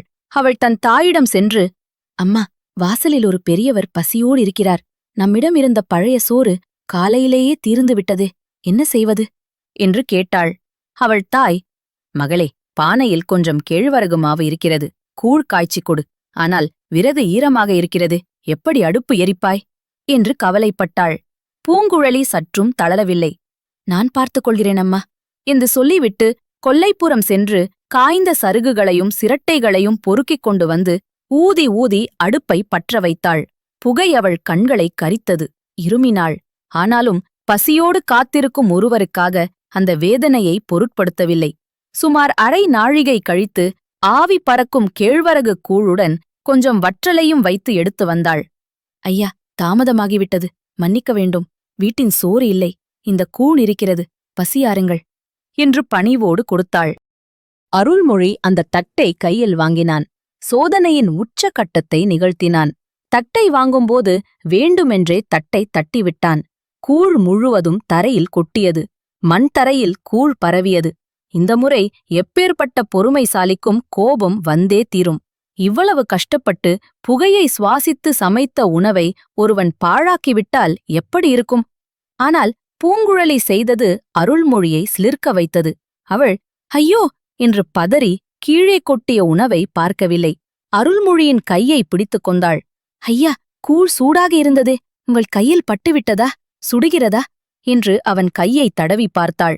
தன் உழைப்பு வீணானதை விட எதிரில் இருப்பவருக்கு வலித்து விடுமோ என்ற கவலையே அவளிடம் மேலோங்கி இருந்தது. அருள்மொழிக்கு கண்கள் கலங்கின.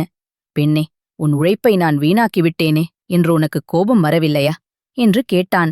பூங்குழலி புன்னகைத்தபடியே தரையை சுத்தம் செய்தாள். உணவு என்பது பசியைப் போக்கத்தான் ஐயா. அது கீழே கொட்டிவிட்டது என்று கோபப்பட்டால் உங்கள் பசி தீர்ந்து விடுமா? வயதான காலத்தில் கை நடுக்கம் வருவது இயல்புதானே. நீங்கள் உட்காருங்கள். பானையில் இன்னும் கொஞ்சம் கூழ் ஒட்டியிருக்கிறது. அதை வழித்து எடுத்து வருகிறேன் என்றாள். அவள் உள்ளே சென்று பானையில் ஒட்டியிருந்த மிச்சம் மீதி கூழை சுரண்டி ஒரு சிறிய கிண்ணத்தில் கொண்டு வந்து கொடுத்தாள். ஐயா, இது குறைவாகத்தான் இருக்கிறது. ஆனால் அன்போடு தருகிறேன், ஏற்றுக்கொள்ளுங்கள் என்றாள். அருள்மொழி அந்தச் சிறிதளவு கூழை உண்டான். அது அவனுக்கு அமிர்தமாக இருந்தது. அவனது பசியை விட அவனது ஆன்மாவின் தாகத்தை அந்த பெண்ணின் பொறுமை தணித்திருந்தது. அவன் உண்டு முடித்ததும் கைகளை கழுவிவிட்டு எழுந்து நின்றான். அவன் கண்கள் ஒளி வீசின. பெண்ணே, உன் பெயர் என்ன என்று கேட்டான். பூங்குழலி ஐயா. உன் தந்தை எங்கே? வயலுக்குச் சென்றிருக்கிறார், வந்துவிடுவார். அருள்மொழி அங்கே காத்திருந்தான். மாலை நேரத்தில் பூங்குழலியின் தந்தை மாணிக்கம் வந்தார். வாசலில் அமர்ந்திருந்த வழிப்போக்கனைக் கண்டு விசாரித்தார். அருள்மொழி தன் மாறுவேடத்தை களைத்தான். தன் தோளிலிருந்த பையிலிருந்து தனது அடையாளமான மோதிரத்தை எடுத்து அணிந்து கொண்டான். அவன் தோற்றத்திலிருந்த கம்பீரம் இப்போது வெளிப்பட்டது. ஐயா, நான் பக்கத்து ஊர் மிராசுதார் நல்ல சிவத்தின் மகன் அருள்மொழி. நான் ஒரு பெண்ணை தேடி வந்தேன். ஆனால் இன்று ஒரு தெய்வத்தைக் கண்டு கொண்டேன் என்றான். மாணிக்கம் திகைத்து நின்றார். ஐயா, நீங்கள்? ஆம், உங்கள் மகள் பூங்குழலியை எனக்கு திருமணம் செய்து தர வேண்டும். பொறுமையும் அன்பும் நிதானமும் கொண்ட அவள் என் வீட்டை மட்டுமல்ல, என் வம்சத்தையே காப்பாற்றுவாள் என்று நான் நம்புகிறேன் என்று பணிவோடு கேட்டான். மாணிக்கமும் உள்ளே இருந்த பூங்குழலியின் தாயும் ஆனந்தக் கண்ணீர் வடித்தனர். பூங்குழலி கதவு ஓரத்தில் நின்று இதைக் கேட்டுக் கொண்டிருந்தாள். அவள் முகத்தில் நாணம் கலந்த மகிழ்ச்சி தோன்றியது. திருமணம் வெகு விமரிசையாக நடந்தது. பூங்குழலி அருள்மொழியின் பெரிய மாளிகைக்கு மருமகளாகச் சென்றாள். அங்கு சென்ற பிறகும் அவளது பொறுமை அவளுக்கு பல சோதனைகளை வென்று தந்தது. வேலைக்காரர்கள் தவறு செய்தாலும், உறவினர்கள் குறை சொன்னாலும் அவள் தன் நிதானத்தை இழக்கவில்லை. கோபத்தை புன்னகையால், வெறுப்பை அன்பாலும் வென்றாள். ஒருமுறை அருள்மொழியின் தந்தை நல்ல சிவம் மருமகளிடம் கேட்டார். அம்மா பூங்குழலி, இந்த வீட்டில் எத்தனையோ வேலைகள், எத்தனையோ பிரச்சனைகள். நீ எப்படி எப்போதும் முகம் சுளிக்காமல் அமைதியாக இருக்கிறாய்? உனக்கு கோபமே வராதா? அதற்கு பூங்குழலி சொன்னாள். மாமா, கோபம் என்பது எரியும் நெருப்பு போன்றது. அதை அடுத்தவர் மீது வீச நினைத்தால் முதலில் நம் கையைத்தான் சுடும். பொறுமை என்பது குளிர்ந்த நீர் போன்றது. அது நம்மை சாந்தப்படுத்தி சூழலையும் தெளிவாக்கும். என் கணவர் என்னை தேர்ந்தெடுத்தது என் அழகிற்காக அல்ல, இந்த நிதானத்திற்காகத்தான். அந்த நம்பிக்கையை நான் எப்படி கெடுக்க முடியும்? அருள்மொழி அந்த பதிலைக் கேட்டு பெருமைப்பட்டான். அவன் தேர்ந்தெடுத்தது வெறும் மனைவியை அல்ல, வாழ்க்கையின் அர்த்தத்தை புரிந்து கொண்ட ஒரு மனுஷியை. காலங்கள் உருண்டோடின. பூங்குழலியின் நிர்வாகத்தில் அந்த குடும்பம் மேலும் தழைத்தோங்கியது. செல்வம் மட்டுமல்ல, நிம்மதியும் அந்த வீட்டில் நிரந்தரமாக குடிகொண்டது. அந்த ஊர் மக்கள் பொறுமைக்கு பூமித்தாய், குணத்திற்கு பூங்குழலி என்று அவளை போற்றினர். அன்று அருள்மொழி சிந்தித்தது எவ்வளவு சரியானது! ஒரு நொடி பொறுமை ஒரு பெரிய விபத்தை தடுக்கும். ஒரு வாழ்நாள் பொறுமை ஒரு வம்சத்தையே வாழ வைக்கும். அந்த கிராமத்து ஆலமரத்தடியில் கதை கேட்டுக் கொண்டிருந்த சிறுவர்கள் அமைதியாக இருந்தார்கள். கதை சொல்லி முடித்த பெரியவர் வானத்தை பார்த்தார். நிலவு மென்மையாக ஒளி வீசிக் கொண்டிருந்தது. பிள்ளைகளே, அழகு என்பது தோலில் தெரிவது, ஆனால் குணம் என்பது ஆன்மாவில் தெரிவது. அருள்மொழி அறிவாளியாக இருந்ததால் தோலைத் தாண்டி ஆன்மாவை பார்த்தான். பூங்குழலி பொறுமையோடு இருந்ததால் ஒரு எளிய குடிசையிலிருந்து அரண்மனை போன்ற வீட்டிற்கு அரசியானாள். வாழ்க்கையில் எத்தனை உயரத்திற்குச் சென்றாலும், எத்தகைய செல்வத்தை சேர்த்தாலும், மனிதனை மனிதனாக மதிக்கும் அந்த பொறுமை இல்லை என்றால் அனைத்தும் வீண். நீதி. அழதை விட குணமும், அறிவை விட பொறுமையுமே இல்லறத்தை இனிமையாக்கும் சிறந்த அணிகலன்கள். காலத்தை வென்ற பாசம். சோழ வளநாட்டின் தென்கோடியில் இயற்கை அன்னை தன் இரு கரங்களால் அள்ளி அணைத்துக் கொண்டது போல அமைந்திருந்தது எழிலூர் என்ற அழகிய கிராமம். இந்த எழிலூர் கிராமத்தில் தான் வெற்றிவேலும் கதிரும் வாழ்ந்து வந்தனர். இருவரும் ஒரே தெருவில் பிறந்தவர்கள். சிறுவயதில் ஆற்றங்கரையில் மணல் வீடு கட்டி விளையாடுவது, மரமேறி மாங்காய் பறிப்பது, கிட்டிப்புள் விளையாடுவது என எப்போதும் ஒன்றாகவே இருப்பார்கள். வெற்றிவேல் பரம்பரை வணிக குடும்பத்தை சேர்ந்தவன். அவனது தந்தை பல ஊர்களுக்குச் சென்று மிளகு, ஏலக்காய், பட்டு ஆகியவற்றை வணிகம் செய்து பெரும்பொருள் ஈட்டியவர். வெற்றிவேல் சிவந்தது நிறம், எடுப்பான தோற்றம் கொண்டவன். ஆனால் கொஞ்சம் அவசரக்காரன். கதிர் ஒரு எளிய விவசாய குடும்பத்தில் பிறந்தவன். கருமேக நிறம் கொண்டவன். அவனது கண்கள் எப்போதும் தீர்க்கமாக இருக்கும். அவன் பேசும் ஒவ்வொரு வார்த்தையும் நிதானமாகவும் அறிவுபூர்வமாகவும் இருக்கும். பள்ளிப் பருவத்தில் ஒருமுறை வெற்றிவேல் ஒரு பெரிய மரக்கிளையில் ஏறி விளையாடிக் கொண்டிருந்தான். எதிர்பாராத விதமாக கிளை முறிந்தது. கீழே விழுந்த வெற்றிவேலின் காலில் பலத்த காயம் ஏற்பட்டது. மற்ற சிறுவர்கள் பயந்து ஓடிவிட, கதிர் மட்டும் தன் மேல் துண்டை கிழித்து வெற்றிவேலின் காலில் கட்டுப்போட்டு அவனை தன் தோளிலேயே சுமந்து சென்று மருத்துவரிடம் சேர்த்தான். அன்று முதல் கதிரில்லாமல் வெற்றி இல்லை என்று ஊரே அவர்களை பார்த்து வியந்தது. பருவங்கள் மாறின. சிறுவர்கள் இளைஞர்கள் ஆயினர். வெற்றிவேல் தனது தந்தையின் வணிகத் தொழிலை ஏற்றுக்கொண்டான். அவனது திறமையால் வணிகம் பெருகியது. கடல் கடந்து வணிகம் செய்யும் அளவுக்கு அவன் உயர்ந்தான். அவனது வீட்டில் செல்வம் கொழித்தது. மாளிகை போன்ற வீடு, வேலைக்கு ஆட்கள், பட்டுத் துணிகள் என அவனது வாழ்க்கை முறை மாறியது. செல்வம் வந்தவுடன் வெற்றிவேலைச் சுற்றி புகழ்ச்சிக்கும் கூட்டமும் சேர்ந்தது. முதலாளி, உங்களைப் போல அறிவுடையவர் யார் என்று அவர்கள் சொல்லும் பொய்யான வார்த்தைகளில் வெற்றிவேல் மயங்கினான். மறுபுறம் கதிர் தனது மூதாதையர் விட்டுச் சென்ற சிறிய நிலத்தில் விவசாயம் செய்து வந்தான். அவன் வியர்வை சிந்தி உழைத்து அதில் கிடைக்கும் வருமானத்தில் நிறைவாக வாழ்ந்தான். வெற்றிவேலின் அந்தஸ்து உயர்ந்த பிறகு அவனது மாளிகை வாசலை மிதிக்க கதிர் தயங்கினான். வெற்றிவேலும் தனது வசதியான நண்பர்கள் மற்றும் வணிக கூட்டாளிகளுடனான கேளிக்கைகளில் மூழ்கி கதிரை மெல்ல மறக்கத் தொடங்கினான். திருவிழாக்களில் எப்போதாவது எதிரில் பார்த்தால் ஒரு சம்பிரதாய புன்னகையோடு கடந்து செல்வதே வழக்கமாகிப் போனது. இது கதிருக்கு வருத்தத்தை அளித்தாலும் அவன் அதை வெளிக்காட்டிக் கொள்ளவில்லை. ஒருநாள் எழிலூர் கிராமமே பரபரப்பானது. தலைநகரத்திலிருந்து மன்னரின் தூதுவர்கள் குதிரையில் வந்து இறங்கினர்.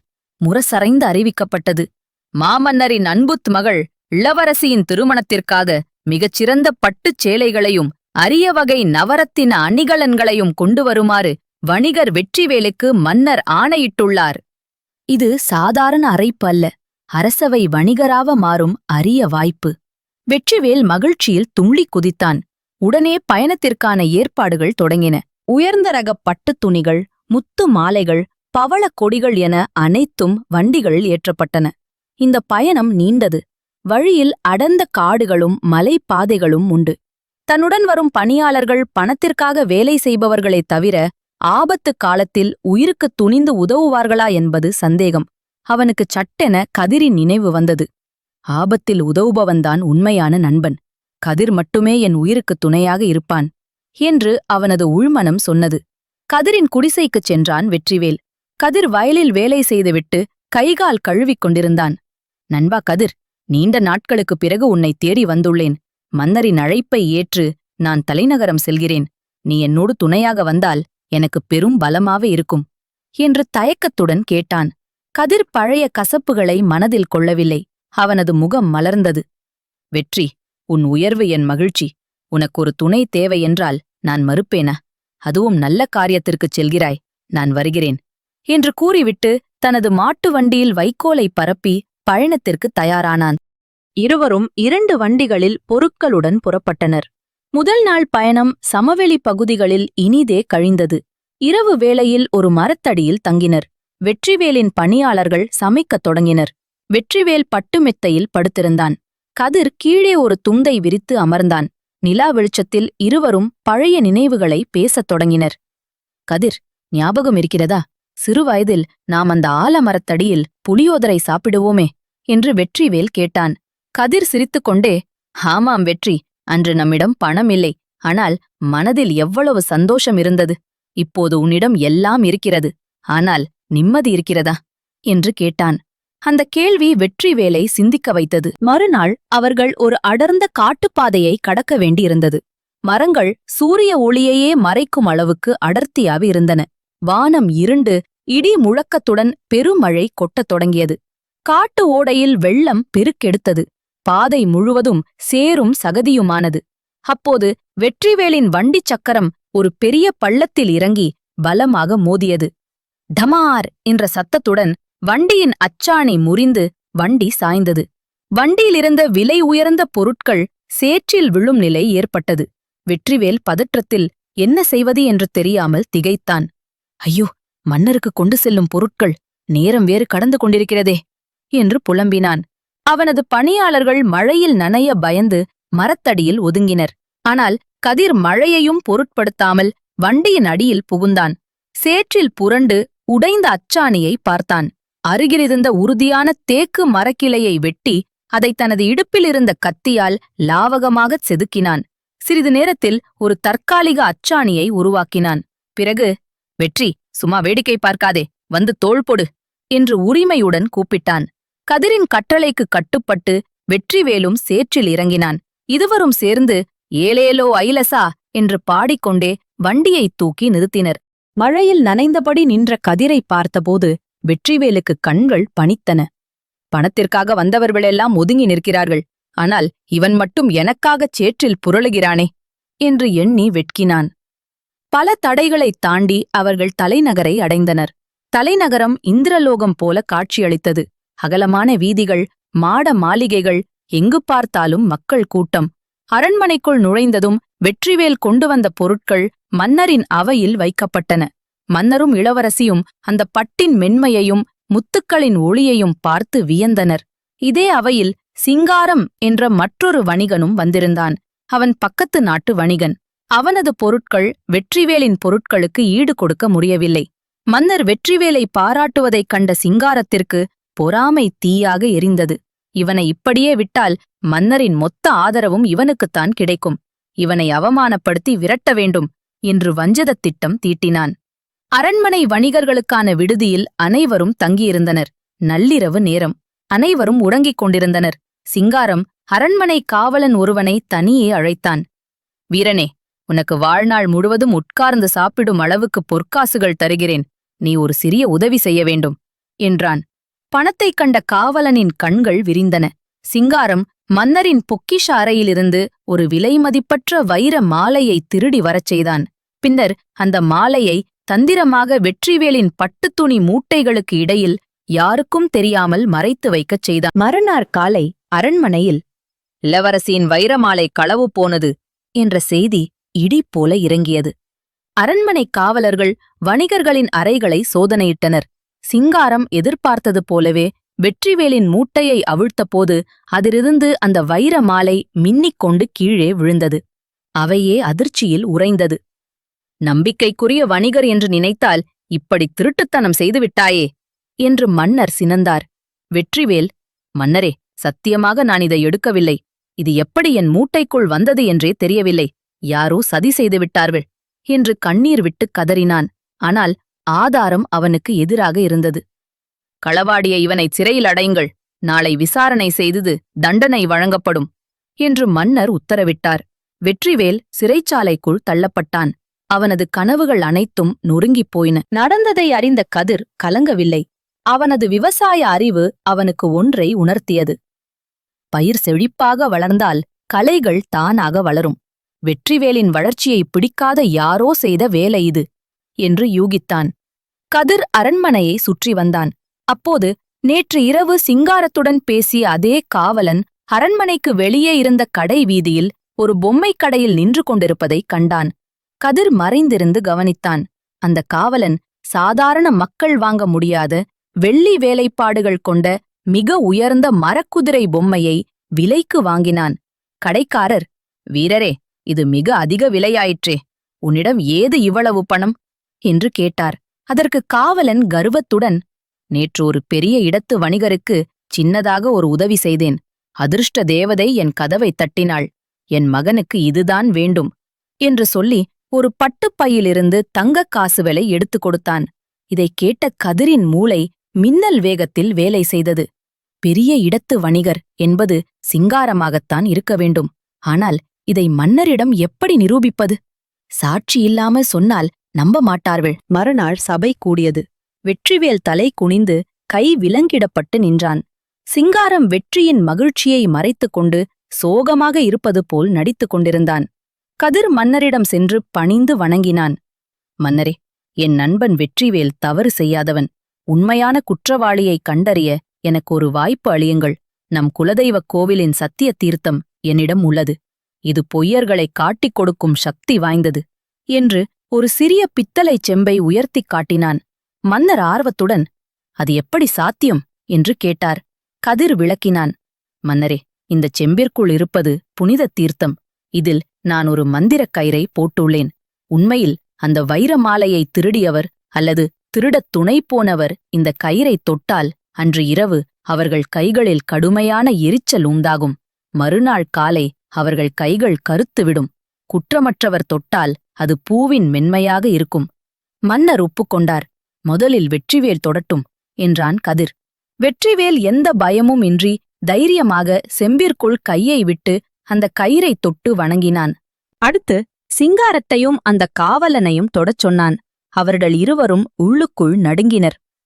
கதிர் கிராமத்தாள் ஏதோ மந்திரம் தெரிந்திருப்பானோ என்ற சந்தேகம் அவர்களை வாட்டியது. ஆனால் சபையில் மறுக்க முடியாது. எனவே நடுக்கத்துடன் கயிறை தொடுவது போல பாவனை செய்து விரல் நுனி கூடப்படாமல் கையை உள்ளே விட்டு உடனே வெளியே எடுத்துவிட்டனர். கதிர் புன்னகைத்தான். மன்னரே, இன்றிரவு இவர்களை தனியாக கண்காணிக்கச் சொல்லுங்கள். நாளை உண்மை தெரியும் என்றான். அன்று இரவு சிங்காரமும் அந்த காவலனும் நிம்மதியின்றி தவித்தனர். கதிர் சொன்னது போல கை எரிச்சலாக இருக்குமோ என்ற பயம் அவர்களை வாட்டியது. இல்லாத எரிச்சல் இருப்பது போல உணர்ந்தனர். பயத்தின் காரணமாக அவர்கள் அடிக்கடி தங்கள் கைகளை குளிர்ந்த தண்ணீரில் கழுவிக்கொண்டே இருந்தனர். மேலும் எரிச்சல் வராமல் இருக்க கைகளில் சந்தனத்தையும் எண்ணெயையும் மாறி மாறி தடவி துணியால் சுற்றிக் கொண்டனர். மறுநாள் காலை சபை கூடியது. கதிர் மன்னரிடம், "மன்னரே, அனைவரின் கைகளையும் சோதித்துப் பாருங்கள்" என்றான். முதலில் வெற்றிவேலின் கைகளை பார்த்தனர். அது இயல்பாக சுத்தமாக இருந்தது. அடுத்து சிங்காரம் மற்றும் காவலனின் கைகளை பார்த்தபோது மன்னரே வியந்து போனார். அவர்கள் இரவு முழுவதும் எண்ணெயும் சந்தனமும் தடவி கழுவியதால் கைகள் மிகவும் வழுவழுப்பாகவும் ஈரம் காயாமலும் வித்தியாசமான நிறத்திலும் இருந்தன. கதிர் சிரித்துக்கொண்டே உண்மையை உடைத்தான். "மன்னரே, அந்தச் செம்பில் இருந்தது வெறும் சாதாரண ஆற்று நீர்தான். அதில் எந்த மந்திர சக்தியும் இல்லை. ஆனால் குற்றமுள்ள நெஞ்சு குறுகுறுக்கும் என்பது போல இவர்கள் பயத்தின் காரணமாகச் செய்த செயல்களே இவர்களைக் காட்டிக் கொடுத்துவிட்டன." மடியில் கனமில்லாத வெற்றிவேல் நிம்மதியாகத் தூங்கினான். இவர்கள் பயத்தில் இரவு முழுவதும் கைகளைக் கழுவி மருந்து தடவி மாட்டிக்கொண்டார்கள். சிங்காரமும் காவலனும் தலை குனிந்தனர். காவலன் பயத்தில், "மன்னரே, என்னை மன்னித்து விடுங்கள். சிங்காரம் கொடுத்த பொற்காசுகளுக்கு ஆசைப்பட்டுத்தான் நான் இதை செய்தேன்" என்று உண்மையை ஒப்புக்கொண்டான். உண்மை வென்றது. வெற்றிவேல் விடுதலை செய்யப்பட்டான். சிங்காரத்திற்கும் காவலனுக்கும் சிறை தண்டனை விதிக்கப்பட்டது. மன்னர் கதிரின் மதிநுட்பத்தை பெரிதும் பாராட்டினார். "அறிவும் பண்பும் கொண்ட உன்னைப் போன்ற இளைஞர்கள்தான் இந்த நாட்டின் சொத்து" என்று புகழ்ந்து இருவருக்கும் பொன்னும் பொருளும் பரிசாக வழங்கினார். அரண்மனையை விட்டு வெளியே வந்ததும் மாலைச் சூரியன் மறையும் நேரம். வெற்றிவேல் கதிரின் கைகளை இறுகப் பற்றிக் கொண்டான். அவன் கண்களில் நீர் வழிந்தது. "கதிர், என்னிடம் பணம் இருந்தது, ஆட்கள் இருந்தார்கள். ஆனால் ஆபத்து வந்தபோது அவை எதுவும் உதவவில்லை. செல்வம் கண்ணை மறைத்தபோது நான் உன்னை தூரமாக்கினேன். ஆனால் நீயோ ஒரு தாயைப் போல என்னை காப்பாற்றினாய். இனி என் வாழ்நாளில் உன்னைவிட உயர்ந்த செல்வம் எனக்கு ஏதும் இல்லை" என்று நெகிழ்ந்து கூறினான். கதிர் வெற்றிவேலின் தோளில் தட்டிக் கொடுத்து, "வெற்றி, நிலம் காய்ந்தால்தான் மழைத்துளியின் அருமை தெரியும். வாழ்க்கையில் கஷ்டம் வந்தால்தான் உண்மையான உறவின் அருமை தெரியும். நடந்ததை விடு, நாம் நம் எழிலூருக்குப் போவோம்" என்றான் மென்மையாக. இருவரும் ஒரே வண்டியில் அமர்ந்து எழிலூர் நோக்கி பயணமாயினர். அங்கே வீசும் காற்று முன்னை விட இப்போது இதமாக இருந்தது. அவர்களின் நட்பு அந்த கிராமத்தின் ஆலமரம் போல ஆழமாக அதிசய கிணறு கருப்பானது ஏன்? ஊர்கிணற்றின் ரகசியம். செழிப்பான வேலம்பட்டி கிராமம். முன்னொரு காலத்தில் இயற்கை எழில் கொஞ்சும் கிராமம் ஒன்று இருந்தது. அதன் பெயர் வேலம்பட்டி. அந்த பெயருக்கு ஏற்றாற் போலவே எங்கு திரும்பினாலும் கண்ணுக்கு குளிர்ச்சியான பச்சை பசேல் என்ற வயல்வெளிகள், தென்னை மரங்கள், மாந்தோப்புகள் என அந்த ஊரே ஒரு சோலையைப் போலத்தான் காட்சியளிக்கும். விடியற்காலையில் சூரியன் உதிக்கும் முன்பே சேவலின் கூவல் அந்த ஊரை தட்டி எழுப்பும். ஊரின் எல்லையில் வீற்றிருக்கும் ஐயனார் கோவில் மணியோசை காற்றில் கலந்து வந்து மக்களின் செவிகளில் ஒலிக்கும். அந்த ஊரில் வீடுகள் எல்லாம் மண் சுவர்களாலும் வைக்கோல் கூரைகளாலும் வேயப்பட்டிருந்தன. வசதி படைத்த சிலரின் வீடுகள் மட்டும் ஓடு வேயப்பட்டு பெரிய திண்ணைகளுடன் இருந்தன. ஆனால் ஏழை பணக்காரன் என்ற பாகுபாடு அந்த ஊரில் பெரிதாக இருந்ததில்லை. எல்லோரும் ஒரு தாய் வயிற்றுப் பிள்ளைகள் போலவே பழகி வந்தனர். ஊரின் நடுவே அரச மரத்தடியில் ஒரு பிள்ளையார் கோவில் இருந்தது. அந்த பிள்ளையாரை வணங்காமல் அந்த ஊர் மக்கள் எந்த ஒரு காரியத்தையும் தொடங்க மாட்டார்கள். அந்த ஊரின் மிக முக்கியமான உயிரோட்டமான அம்சம் எதுவென்றால் அது ஊரின் வடகிழக்கு மூலையில் அமைந்திருந்த அந்த பழமையான ஊர் கிணறுதான். அது வெறும் கிணறு அல்ல, அந்த ஊரின் ஜீவநாள். அந்த கிராமத்தில் ஒரு சிறிய ஓலை குடிசையில் வாழ்ந்து வந்தாள் வள்ளியம்மை. அவளுடைய கணவன் பெயர் முத்துவேல். முத்துவேல் ஒரு விவசாய கூலி. சொந்தமாக நிலம் இல்லாவிட்டாலும் உழைப்பை மட்டுமே நம்பி வாழும் நேர்மையான மனிதன். வள்ளியம்மை பெயருக்கு ஏற்றாற்போலவே வள்ளல் குணம் கொண்டவள். வீட்டில் வறுமை தாண்டவமாடினாலும் தன் வாசலுக்கு வரும் யாருக்கும் இல்லை என்று சொல்லாமல் இருப்படை பகிர்ந்தடிக்கும் குணம் அவளுக்கு இருந்தது. தினமும் அதிகாலை 4 மணிக்கே வள்ளியம்மை துயிலெழுவாள். வாசல் தெளித்து சாணமிட்டு மெழுகி அரிசி மாவால் அழகான கோலம் போடுவாள். அந்த மாக்கோலத்தை பார்க்கும்போது அந்த மகாலட்சுமியே விரும்பி வந்து அவள் குடிசையில் அமர்வாள் என்பது போல தோன்றும். அதன் பிறகு அடுக்களையில் விறகு அடுப்பை பற்ற வைத்து முதல் நாள் சோற்றில் நீர் ஊற்றி வைத்தத பழையதை எடுத்து அதற்கு துணையாகச் சுட்ட வற்றலோ பச்சை மிளகாயோ அல்லது சிறிய வெங்காயமோ வைத்து தன் கணவனுக்கு கொடுப்பாள். முத்துவேல் தன் மனைவி அன்போடு பரிமாறும் அந்த எளிய உணவை அமிர்தம் போல உண்டுவிட்டு கலப்பையை தோளில் சுமந்து கொண்டு வயலுக்குச் செல்வான். கணவன் சென்ற பிறகு வள்ளியம்மை தன் இடுப்பில் ஒரு பித்தளை குடத்தை வைத்துக்கொண்டு ஊர் கிணற்றை நோக்கி நடப்பாள். அந்த நேரம் ஊரிலுள்ள மற்ற பெண்களும் குடங்களை இடுப்பில் சுமந்து கொண்டு கிணற்றடிக்கு வருவார்கள். அது ஒரு திருவிழா கூட்டம் போல இருக்கும். காலில் கொலுசு சத்தம் கலீர் கலீர் என ஒலிக்க, கைகளில் கண்ணாடி வளையல்கள் குலுங்க, பெண்கள் நடந்து செல்லும் அழகு தனித்துவமானது. வழியெல்லாம் ஒருவருக்கொருவர் சுகதுக்கங்களை விசாரித்துக் கொண்டே செல்வார்கள். கிராமத்தின் கிணறு மிகவும் விசித்திரமானது. அந்த கிணற்றின் நீர் இளநீரைப் போல இனிக்கும். எப்பேற்பட்ட கோடையிலும் அந்த கிணற்றில் நீர் வற்றியதே இல்லை. சுற்றியுள்ள எத்தனையோ ஊர்களில் கிணறுகள் காய்ந்து போனாலும் வேலம்பட்டி ஊர் கிணறு மட்டும் என்றும் அமுத சுரபி போல நீரைச் சுரந்து கொண்டேயிருக்கும். அந்த கிணற்றை குடித்து ஊரில் ஒரு பழங்கதை உலவி வந்தது. பல நூறு ஆண்டுகளுக்கு முன்பு இந்த ஊர் வழியாக ஒரு மாமுனிவர் வந்தாராம். அவர் தாகத்தால் தவித்தபோது அந்த இடத்திலிருந்த ஒரு ஏழை மூதாட்டி தன் வீட்டிலிருந்த கடைசி சொட்டு மோரை அவருக்கு கொடுத்தாளாம். அவளுடைய கருணையைக் கண்டு நெகிழ்ந்த அந்த முனிவர், தாயே, உன் அன்பு இந்த ஊரை என்றும் காக்கும். இங்கே தோண்டப்படும் கிணறு வற்றாத ஜீவ நதியாய் மக்களின் தாகம் தீர்க்கும். ஆனால் எச்சரிக்கை, என்று இந்த ஊர் மக்களின் மனதில் தர்மம் அழிகிறதோ அன்று இந்த கிணற்றின் தன்மையும் மாறும் என்று கூறி மறைந்தாராம். இந்த கதையை ஊர் பெரியவர்கள் அடிக்கடி சொல்வார்கள். அதனால் அந்த ஊர் மக்கள் அந்த கிணற்றை ஒரு தெய்வமாகவே மதித்து வந்தனர். கிணற்றின் சுவரில் மஞ்சள் குங்குமம் வைத்து வணங்குவார்கள். அமாவாசை, பௌர்ணமி நாட்களில் கிணற்றுக்கு தீபாராதனை காட்டுவதும் வழக்கம். கிணற்றடியில் அமர்ந்துதான் ஊர் பெண்கள் தங்கள் வீட்டுக் கதைகளை பேசுவார்கள். மாமியார் கொடுமை, நாத்தனார் சண்டை, வயல் வேலை, ஊர் வம்பு என அனைத்தும் அங்கே அலசப்படும். வள்ளியம்மை கிணற்றடிக்குச் சென்றதும் அங்கு ஏற்கனவே கூடியிருந்த பெண்கள் அவளை வரவேற்றனர். என்ன வள்ளி, இன்னைக்கு ஏன் இவ்வளவு தாமதம்? உன் வீட்டுக்காரர் வயலுக்கு போயிட்டாரா என்று கேட்டாள் பக்கத்து வீட்டு மீனாட்சி. ஆமா அக்கா, இன்னைக்கு கொஞ்சம் வேலை அதிகம், அதான் தாமதம் என்று புன்னகையுடன் பதிலளித்தாள் வள்ளியம்மை. அவள் வாளியை கயிற்றில் கட்டி கிணற்றுக்குள் இறக்கினாள்.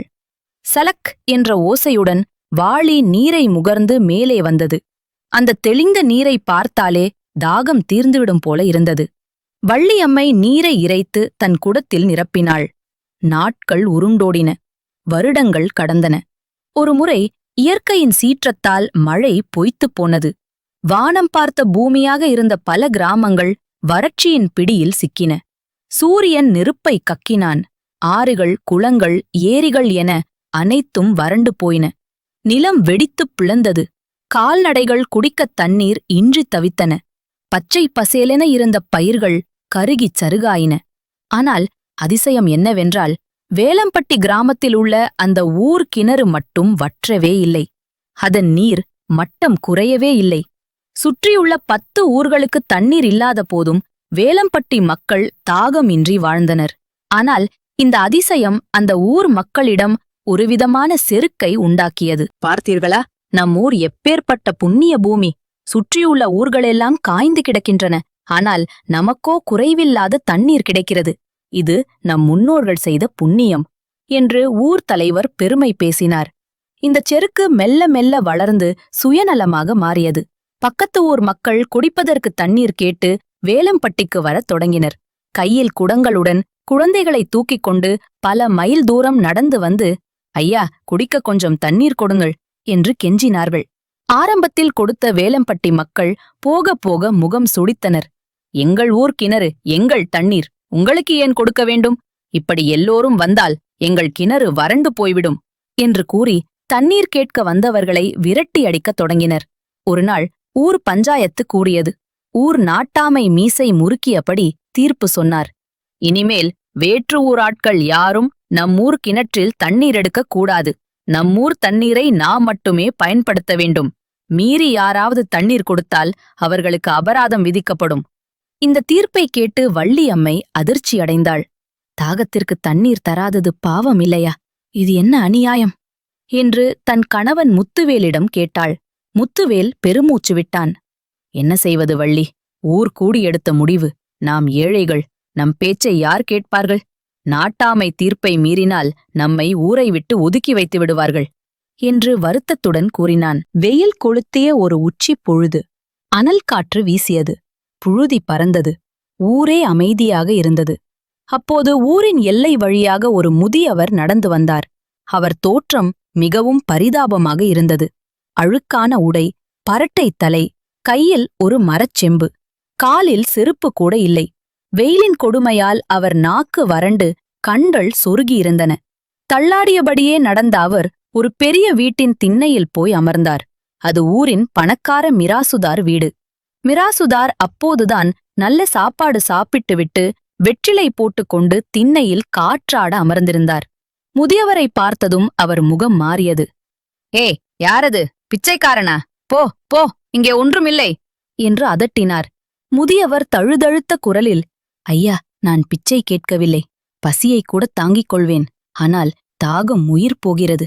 கொஞ்சம் தண்ணீர் கிடைக்குமா என்று கைகளை ஏந்தி கேட்டார். மிராசுதார் ஏளனமாகச் சிரித்தார். தண்ணீரா? இப்பொழுது தண்ணீர் என்ன விலைக்கு விற்கிறது தெரியுமா? ஊர் கிணற்று தண்ணீர் எங்கள் ஊர் மக்களுக்கு மட்டத்தும்தான். உன்னைப் போல வழிப்போக்கர்களுக்கு எல்லாம் கொடுக்க முடியாது. எழுந்து போ என்று விரட்டினார்.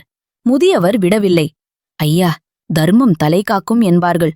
ஒரு வாய் தண்ணீர் கொடுத்தால் புண்ணியம் சேரும் என்று மன்றாடினார். ஆனால் மிராசுதார் தன் வேலைக்காரனை அழைத்து, இவனை பிடித்து வெளியே தள்ளு என்று உத்தரவிட்டார்.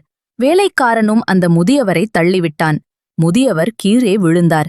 அந்த வழியாகச் சென்ற ஊர் மக்கள் சிலர் இதை பார்த்தனர். ஆனால் யாரும் அவருக்கு உதவ முன்வரவில்லை. ஊர் சட்டம்தான் முக்கியம் என்று நினைத்துக் கொண்டு சென்றுவிட்டனர். முதியவர் மெல்ல எழுந்தார். அவர் கண்கள் கலங்கியிருந்தன. தள்ளாடியபடியே அவர் ஒவ்வொரு வீடாகச் சென்று தண்ணீர் கேட்டார். ஆனால் எங்கும் அவருக்கு அவமானமே மிஞ்சியது. சுயநலம் அந்த ஊர் மக்களின் கண்களை மறைத்திருந்தது. கடைசியாக அவர் ஊரின் ஒதுக்குப்புறத்திலிருந்த வள்ளியம்மையின் குடிசைக்கு வந்தார். அப்போது வள்ளியம்மை வாசலில் அமர்ந்து அரிசி புடைத்துக் கொண்டிருந்தாள். முதியவரின் நிலையை பார்த்ததும் அவள் பதறிப்போனாள். கையிலிருந்த முரத்தை கீழே வைத்துவிட்டு ஓடிச் சென்று அவரை தாங்கி பிடித்தாள். ஐயா, என்ன ஆயிற்று? ஏன் இப்படி தள்ளாடுகிறீர்கள்? அமருங்கள் என்று அவரை தன் வீட்டுத் திண்ணையில் அமர வைத்தாள். முதியவர், தாயே, தண்ணீர் என்று முனகினார். வள்ளியம்மைக்கு ஊர் சட்டம் நினைவுக்கு வந்தது. வேற்று ஆட்களுக்கு தண்ணீர் கொடுத்தால் அபராதம் என்ற நாட்டாமை தீர்ப்பு அவள் மனதை குருத்தியது. ஆனால் அவள் ஒரு கணம் கூட யோசிக்கவில்லை. உயிருக்குப் போராடும் ஒருவருக்கு தண்ணீர் கொடுக்காமல் இருப்பது மனிதத்தன்மையே இல்லை. ஊர் என்ன சொன்னாலும் பரவாயில்லை என்று முடிவெடுத்தாள். உடனே உள்ளே ஓடினாள். ஒரு செம்பில் குளிர்ந்த நீரை எடுத்து வந்தாள். கூடவே ஒரு தட்டில் கொஞ்சம் மோர், மிளகாயும் பழைய சோறும் எடுத்து வந்தாள். ஐயா, முதலில் இந்த தண்ணீரை குடியுங்கள் என்று அன்போடு கொடுத்தாள். முதியவர் அந்த நீரை ஆவலோடு குடித்தார். அவரின் வறண்ட தொண்டை நனைந்தது. கண்கள் ஒளி பெற்றன. பின்னர் வள்ளியம்மை கொடுத்த பழைய சோற்றையும் உண்டார். சாப்பிட்டு முடித்ததும் முதியவர் வள்ளியம்மையை பார்த்து, தாயே, இந்த ஊரிலேயே நீ மட்டும்தான் தாகத்திற்கு தண்ணீர் கொடுத்தாய். உன் உள்ளம் மிகவும் சுத்தமானது. ஆனால் இந்த ஊர் மக்கள் சுயநலத்தில் மூழ்கிவிட்டார்கள். இறைவன் கொடுத்த வரத்தை அவர்கள் உரிமையாக நினைத்துக் கொண்டிருக்கிறார்கள். கொடுக்கும் மனம் இல்லாதவர்களுக்கு எடுக்கும் உரிமை இல்லை என்று ஒரு விசித்திரமான குரலில் கூறினார். வள்ளியம்மைக்கு அவர் சொன்னதன் அர்த்தம் புரியவில்லை. ஐயா, நீங்கள் களைப்பாக இருக்கிறீர்கள், சற்று ஓய்வெடுங்கள் என்றாள். ஆனால் அந்த முதியவர் சிரித்துக்கொண்டே, எனக்கு ஓய்வு தேவையில்லை தாயே, நான் என் வேலையை செய்ய வேண்டும் என்று கூறிவிட்டு விடை பெற்றுச் சென்றார். அவர் செல்லும் திசையை வள்ளியம்மை பார்த்து கொண்டே நின்றாள். அவர் உருவம் காற்றில் கரைவது போல தோன்றியது. மறுநாள் விடியல். ஊர் வழக்கம் போல விழித்தது. பெண்கள் குடங்களை எடுத்துக்கொண்டு கிணற்றடிக்குச் சென்றனர். முதலில் மிராசுதாரின் மனைவி தங்கக் குடத்துடன் வந்தாள். அவள் கர்வத்துடன், வழிவிடுங்கள், நான் முதலில் நீரெடுக்க வேண்டும் என்று மற்றவர்களை விலக்கிவிட்டு வாளியை கிணற்றுக்குள் விட்டாள். வாளியை மேலே இழுத்ததும் அவள் அலறினாள். ஐயோ, இது என்ன? எல்லோரும் கூறி பார்த்தனர். வாளிக்குள் தண்ணீர் இல்லை. அதற்கு பதிலாக சேரும் சகதியும் அழுகிய இலைகளும் கலந்த கருப்பு நிற திரவம் இருந்தது. அதிலிருந்து துர்நாற்றம் வீசியது. என்ன ஆயிற்று? நேற்று வரை தெளிவாக இருந்த தண்ணீராயுது என்று எல்லோரும் அதிர்ச்சியடைந்தனர். அடுத்ததாக நாட்டாமை வீட்டுப் பெண் நீர் இறைத்தாள். அவளுக்கும் அதே நிலைதான். புருக்கள் நெளிந்த அசுர நீர் வந்தது. ஊரே திரண்டு வந்தது. ஒவ்வொருவராக முயற்சி செய்து பார்த்தனர். எல்லோருக்கும் அதே துர்நாற்றம் வீசும் கருப்பு நீர்தான் கிடைத்தது. ஊர் மக்கள் பயந்து போனார்கள். தெய்வக் குற்றமாகிவிட்டது, கிணற்றுத் தேவதை கோபித்துக் கொண்டு விட்டாள் என்று அலறினார்கள். அப்போது வள்ளியம்மை தன் சிறிய பித்தளை குடத்துடன் அங்கே வந்தாள். கூட்டத்தை பார்த்து தயங்கினாள். வள்ளி, நீயும் இறைத்துப்பார், உனக்காவது நல்ல தண்ணீர் வருகிறதா என்று பார்ப்போம் என்று ஒருவர் கிண்டலாகச் சொன்னார். வள்ளியம்மை பயந்து கொண்டே வாளியை கிணற்றுக்குள் விட்டாள். தெய்வமே, என் வீட்டில் குடிக்கத் துளி தண்ணீர் இல்லை. என் கணவர் வயல் வேலைக்குச் செல்ல வேண்டும், கருணை காட்டு என்று மனதார வேண்டினாள். வாளியை மேலே இழுத்தாள். எல்லோரும் மூச்சை பிடித்துக் கொண்டு பார்த்தனர். அதிசயம்! வள்ளியம்மையின் வாளியில் வந்த நீர் ஸ்படிகம் போல தெளிவாக இருந்தது. இளநீரைப் போல தித்திக்கும் மணம் வீசியது. சூரிய ஒளியில் அந்த நீர் வைரம் போல மின்னியது. ஊர் மக்கள் உறைந்து போனார்கள். இது எப்படி சாத்தியம்? எங்களுக்கு சேராக வரும் நீர் வள்ளிக்கு மட்டும் எப்படி தெளிவாக வருகிறது என்று கூச்சலிட்டனர். அந்த நேரத்தில் நேற்றைய முதியவர் அங்கே தோன்றினார். ஆனால் இம்முறை அவர் அழுக்கான பிச்சைக்காரர் போல இல்லை. அவர் முகத்தில் ஒரு தேஜஸ் இருந்தது. அவர் மீது ஒரு மெல்லிய ஒளி படர்ந்திருந்தது. ஊர் மக்கள் அவரை பார்த்து அமைதியாயினர். அந்த முதியவர் பேசத் தொடங்கினார். அவர் குரல் இடி முழக்கம் போல கம்பீரமாக இருந்தது. ஊர் மக்களே, இந்த கிணறு சாதாரண கிணறு அல்ல. இது உங்கள் மனதின் கண்ணாடி. உங்கள் முன்னோர்கள் தர்மத்தையும் விருந்தோம்பலையும் கடைபிடித்தவரை இந்த கிணறு வற்றாத ஜீவ நதியாக இருந்தது. ஆனால் எப்போது உங்கள் மனதில் சுயநலம் குடியேறியதோ, எப்போது தாகம் என்று வந்தவனை விரட்டினீர்களோ, அப்போதே இந்த கிணற்றின் புனிதத்தன்மை கெட்டுவிட்டது. அவர் வள்ளியம்மையை சுட்டிக்காட்டினார். இந்த ஏழை தாய் ஒருத்திதான் நேற்று என் தாகம் தீர்த்தாள். ஊர் சட்டத்தை பற்றி கவலைப்படாமல் மனித தர்மத்தை காப்பாற்றினாள். அவள் மனம் எவ்வளவு தெளிவாக இருக்கிறதோ அவ்வளவு தெளிவாக அவளுக்கு நீர் கிடைக்கிறது. உங்கள் மனம் சேராக இருக்கிறது, அதனால் உங்களுக்கு சேறு கிடைக்கிறது. முதியவரின் வார்த்தைகள் சவுக்கடி போல விழுந்தன. மிராசுதார் தலை குனிந்தார். நாட்டாமை வெட்கிப் போனார். ஊர் மக்கள் தங்கள் தவறை உணர்ந்தனர். தண்ணீர் என்பது இயற்கையின் கொடை. அதை தனியுடைமையாக்க நினைத்தது மாபெரும் பாவம் என்பதை புரிந்து கொண்டனர். எல்லோரும் அந்த முதியவரின் காலில் விழுந்து வணங்கினர். ஐயா, எங்களை மன்னித்து விடுங்கள். அறியாமையால் தவறு செய்துவிட்டோம். இனி ஒருபோதும் இப்படி நடந்து கொள்ள மாட்டோம். பசியென்று வருபவர்களுக்கு அன்னமும் தாகமென்று வருபவர்களுக்கு தண்ணீரும் கொடுப்பதே எங்கள் முதல் கடமையாகக் கொள்வோம் என்று உறுதிமொழி எடுத்தனர். முதியவர் புன்னகைத்தார். மனம் திருந்தினால் மார்க்கம் உண்டு. உங்கள் உறுதிமொழி உண்மையாக இருந்தால் இந்த கிணறு மீண்டும் பழைய நிலைக்கு திரும்பும் என்று ஆசீர்வதித்து மறைந்தார். தர்மம் காக்கும் வேலம்பட்டி. அந்த நொடியே கிணற்றின் நீர் நிறம் மாறியது. சேறு மறைந்து மீண்டும் தெளிந்த நீரோடையாக காட்சியளித்தது. ஊர் மக்கள் ஆனந்த கண்ணீர் வடித்தனர். அவர்கள் முதலில் அந்த நீரை எடுத்து பக்கத்து ஊர்களிலிருந்து வந்த மக்களுக்கு கொடுத்தனர். வள்ளியம்மை ஊரின் அன்னபூரணியாக போற்றப்பட்டாள். அன்று முதல் வேலம்பட்டி கிராமம் மீண்டும் செழிக்கத் தொடங்கியது. வறட்சி நீங்கி மழை பெய்தது. ஆனால் ஊர் மக்கள் அந்த பாடத்தை மறக்கவில்லை. கிணற்றின் அருகே ஒரு சிறிய மண்டபம் கட்டினர். அங்கு எப்போதும் தண்ணீர் நிறைந்த பெரிய மண்பானைகளை வைத்தனர். அந்த பக்கம் செல்லும் வழிப்போக்கர்கள் யார் வேண்டுமானாலும் தாகம் தீர்த்து கொள்ளலாம். வள்ளியம்மை தன் வாழ்நாள் முழுவதும் அந்த தர்மத்தை காத்து வந்தாள். அவள் வாழ்ந்தவரை, ஏன் அவள் காலத்திற்குப் பிறகும் வேலம்பட்டி கிராமத்தின் கிணறு வற்றவே இல்லை. ஊர் கூடி தேரிழுப்போம், உள்ளம் கூடி தர்மம் செய்வோம் என்ற பழமொழிக்கு இலக்கணமாக அந்த ஊர் திகழ்ந்தது. நீதி. இயற்கை வளங்கள் இறைவன் நமக்கு கொடுத்த பொதுச் சொத்து. அதை சுயநலத்துக்காக பதுக்கி வைத்தால் அதுவே நமக்கு தீங்காக முடியும். பகிர்ந்து உண்ணும் வாழ்வே உண்மையான வாழ்வு. மனம் தூய்மையாக இருந்தால் நம்மை சுற்றியுள்ள அனைத்தும் தூய்மையாகவே இருக்கும். நீரின்றி அமையாது உலகு, தர்மமின்றி அமையாது வாழ்வு. காலியான கூடை, நிறைந்த வயிறு. இது எப்படி சாத்தியம்? நெல்லூர் எனும் ஒரு அழகிய கிராமம் இருந்தது. எங்கும் பசுமை போர்த்திய வயல்வெளிகள், வானுயர்ந்த தென்னை மரங்கள், மாலை மாலையில் வீடு திரும்பும் கால்நடைகளின் கழுத்து மணி ஓசைகள் மற்றும் அக்கிராமத்தின் எல்லையில் அமைந்திருந்த ஒரு பழமையான ஐயனார் கோவில். இவை அனைத்தும் அந்த கிராமத்தின் அழகையும் அமைதியையும் பறைசாற்றிக் கொண்டிருந்தன. அங்கு வாழ்ந்த மக்கள் ஆடம்பரத்தை அறியாதவர்கள். ஆனால் அன்பிலும் விருந்தோம்பலிலும் சக்கரவர்த்திகளை போன்றவர்கள். அந்த கிராமத்தின் ஒரு மூலையில் செம்மண் சுவர்களாலும் வைக்கோல் கூரையாலும் வேயப்பட்ட ஒரு சிறிய குடிசை இருந்தது. அக்குடிசையின் முற்றத்தில் வேப்பமரம் ஒன்று குடை விரித்து நின்றது. அதுவே அந்த வீட்டின் சுவாசம்.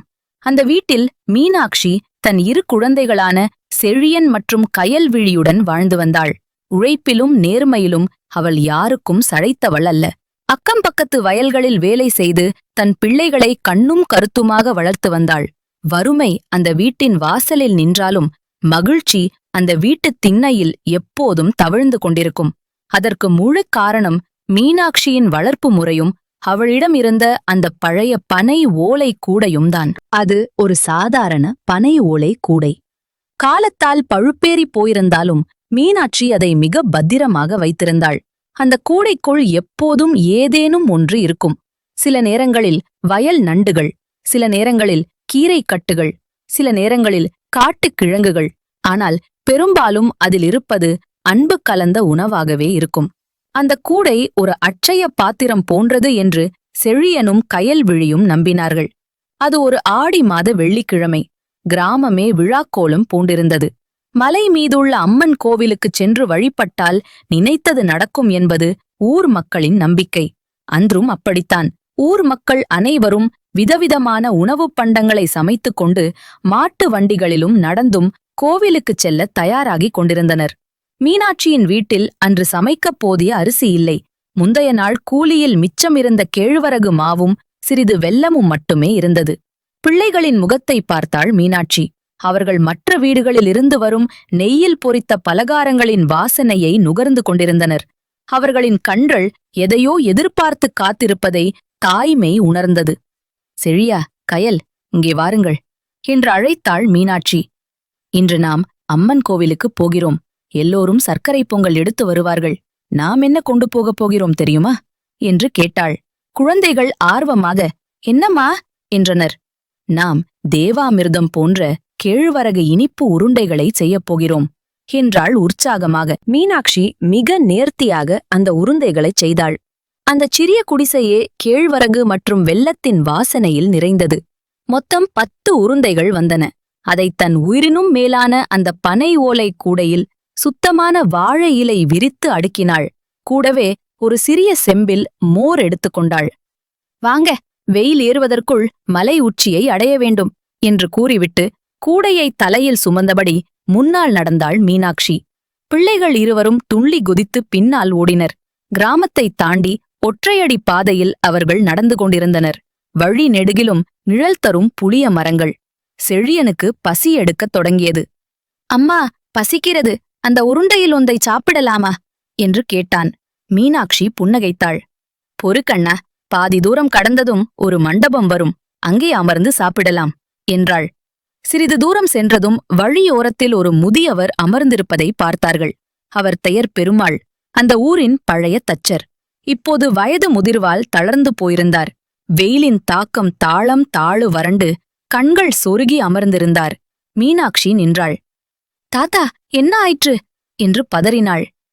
தாகம், பசி என்று முனகினார் பெருமாள். செழியனும் கயல்விழியும் அம்மாவை பார்த்தார்கள். மீனாட்சி யோசிக்கவே இல்லை. தன் கூடையிலிருந்த மோர் செம்பை எடுத்து அவருக்கு கொடுத்தாள். அவர் அதை ஒரே மூச்சில் குடித்தார்.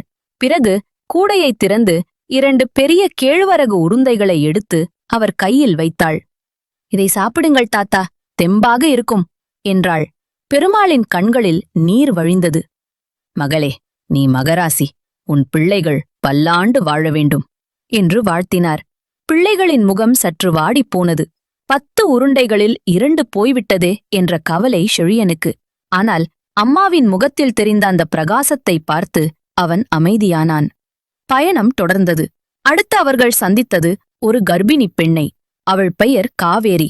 பக்கத்து ஊருக்கு விறகு விற்கச் சென்றவள் சுமை தாங்காமல் வழியில் மயங்கி அமர்ந்திருந்தாள். மீனாட்சி அவள் அருகே சென்றாள். காவேரி, இந்த நிலையில் ஏன் இவ்வளவு சுமை என்று கடிந்து கொண்டாள். வேறு வழியில்லையக்கா, வயிற்று பிழைப்பு என்றாள் காவேரி.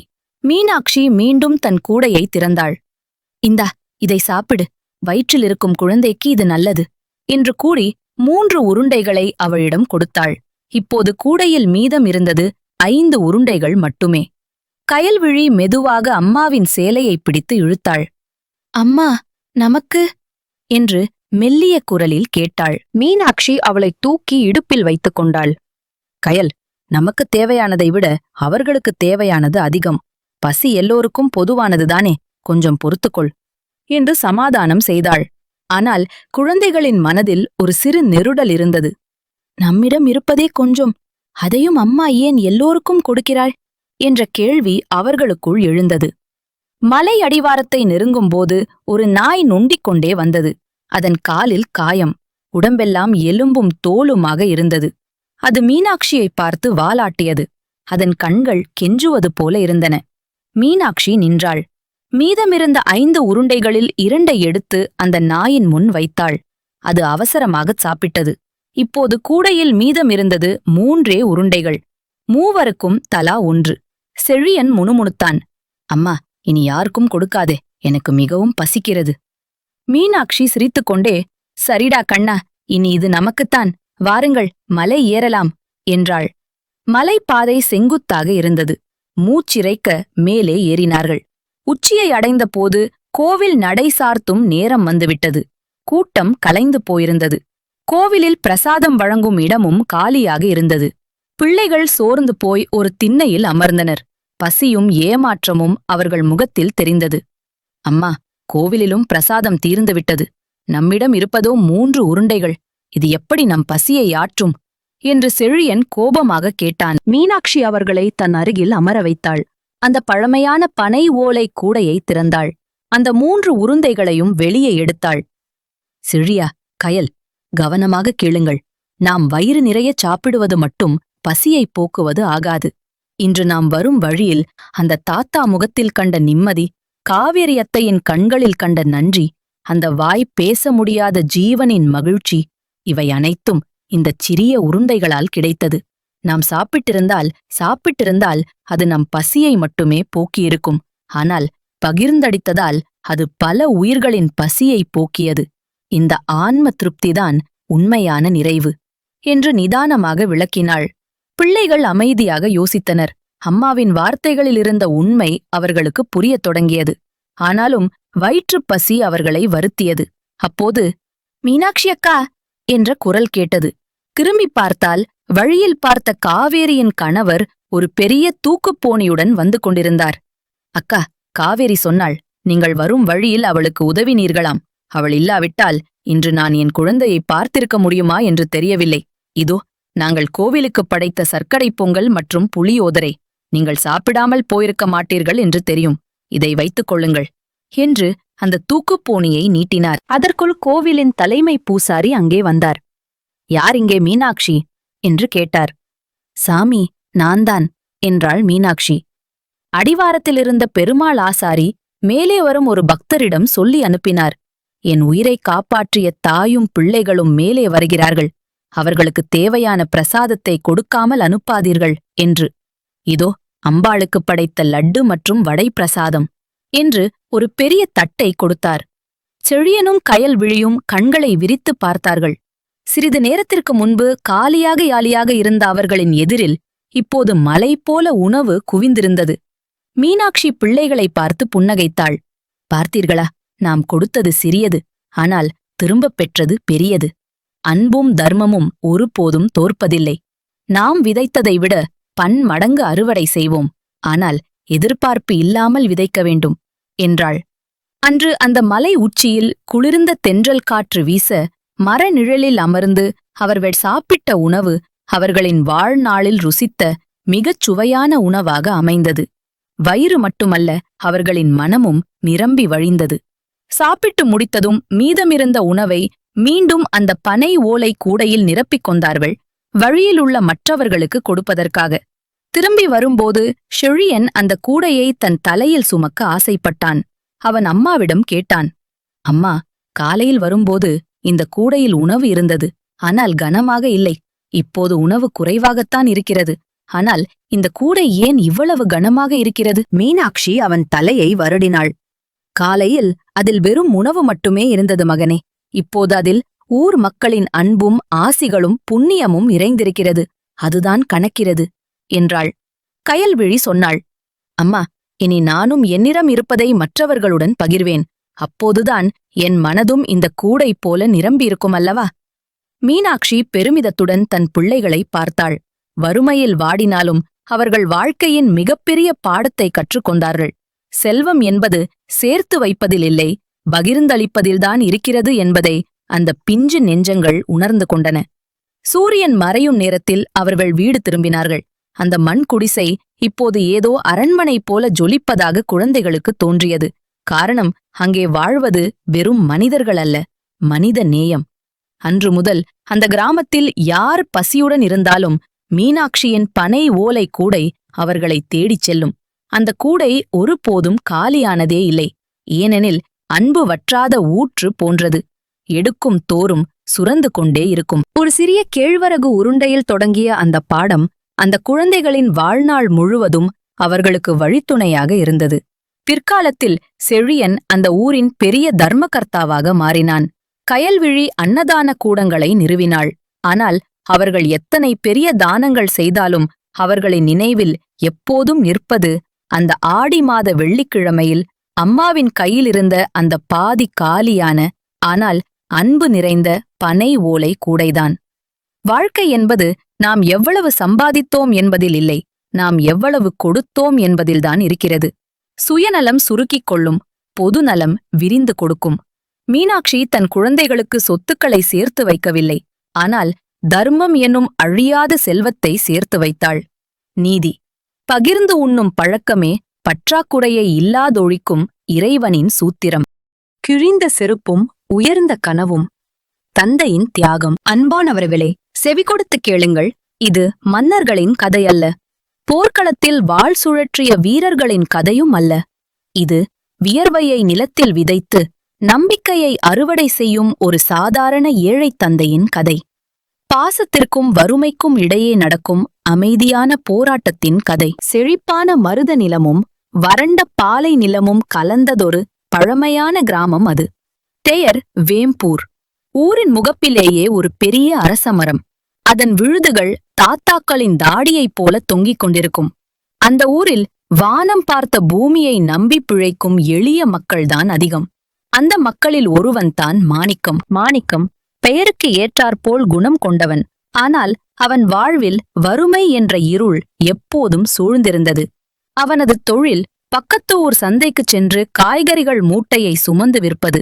அவனது தேகம் வெயிலில் காய்ந்து கருவாராய் போனது. அவன் உழைப்பைத் தவிர வேறு எதையும் அறியாதவன். அவனுக்கு ஒரு மகன். பெயர் கதிரவன். மாணிக்கத்தின் காலில் எப்போதும் ஒரு ஜோடி பழைய தோல் செருப்புகள் இருக்கும்.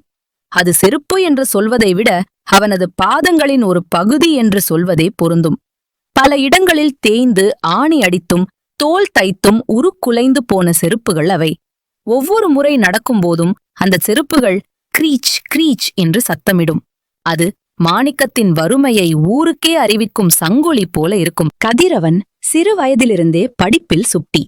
ஊர் திண்ணை பள்ளிக்கூடத்தில் அவன் தான் முதல் மாணவன். அவனது கண்கள் எப்போதும் எதையாவது தேடிக்கொண்டே இருக்கும். அப்பா, நான் படித்து பெரிய ஆளாகி இந்த ஊருக்கு நல்லது செய்ய வேண்டும் என்று அவன் அடிக்கடி சொல்வான். மாணிக்கம் சிரித்துக்கொண்டே, நிச்சயம் நடக்கும் மகனே, என் தோல் தேய்ந்தாலும் பரவாயில்லை, உன் வாழ்க்கை தேயக்கூடாது என்று சொல்வான். அந்த வார்த்தையின் ஆழம் அப்போது கதிரவனுக்கு புரியவில்லை. காலம் உருண்டோடியது. கதிரவன் வளர்ந்து வாலிபன் ஆனான். அவனது படிப்புத் திறமை ஊரெங்கும் பேசப்பட்டது. மேற்படிப்புக்காக அவன் வெகு தூரத்தில் உள்ள பட்டணத்தில் இருக்கும் ஒரு பெரிய கல்விச்சாலைக்குச் செல்ல வேண்டிய நிலை வந்தது. அங்கு சென்று படிக்க வேண்டும் என்றால் தங்குமிடம், உணவு மற்றும் ஓலைச்சுவடிகள் வாங்க பெரும் பணம் தேவைப்பட்டது. அந்த தொகை மாணிக்கம் தன் வாழ்நாளில் கண்டிராத ஒன்று. ஒரு நாள் இரவு குடிசை வீட்டில் மண்விளக்கின் வெளிச்சத்தில் தந்தை மகன் இருவரும் அமர்ந்திருந்தனர். அப்பா, பட்டணத்து படிப்பு எனக்கு கிடைக்குமா என்று தெரியவில்லை. அவ்வளவு பணத்திற்கு நாம் எங்கே போவது என்று கதிரவன் விரக்தியுடன் கேட்டான். மாணிக்கம் தன் மகனின் தோளை தட்டினான். அவன் கண்களில் ஒரு உறுதி தெரிந்தது. கவலைப்படாதே கதிரா, உன்னை படிக்க வைப்பது என் கடமை. என் உயிர் இருக்கும் வரை உன் கனவு கலைய விடமாட்டேன்.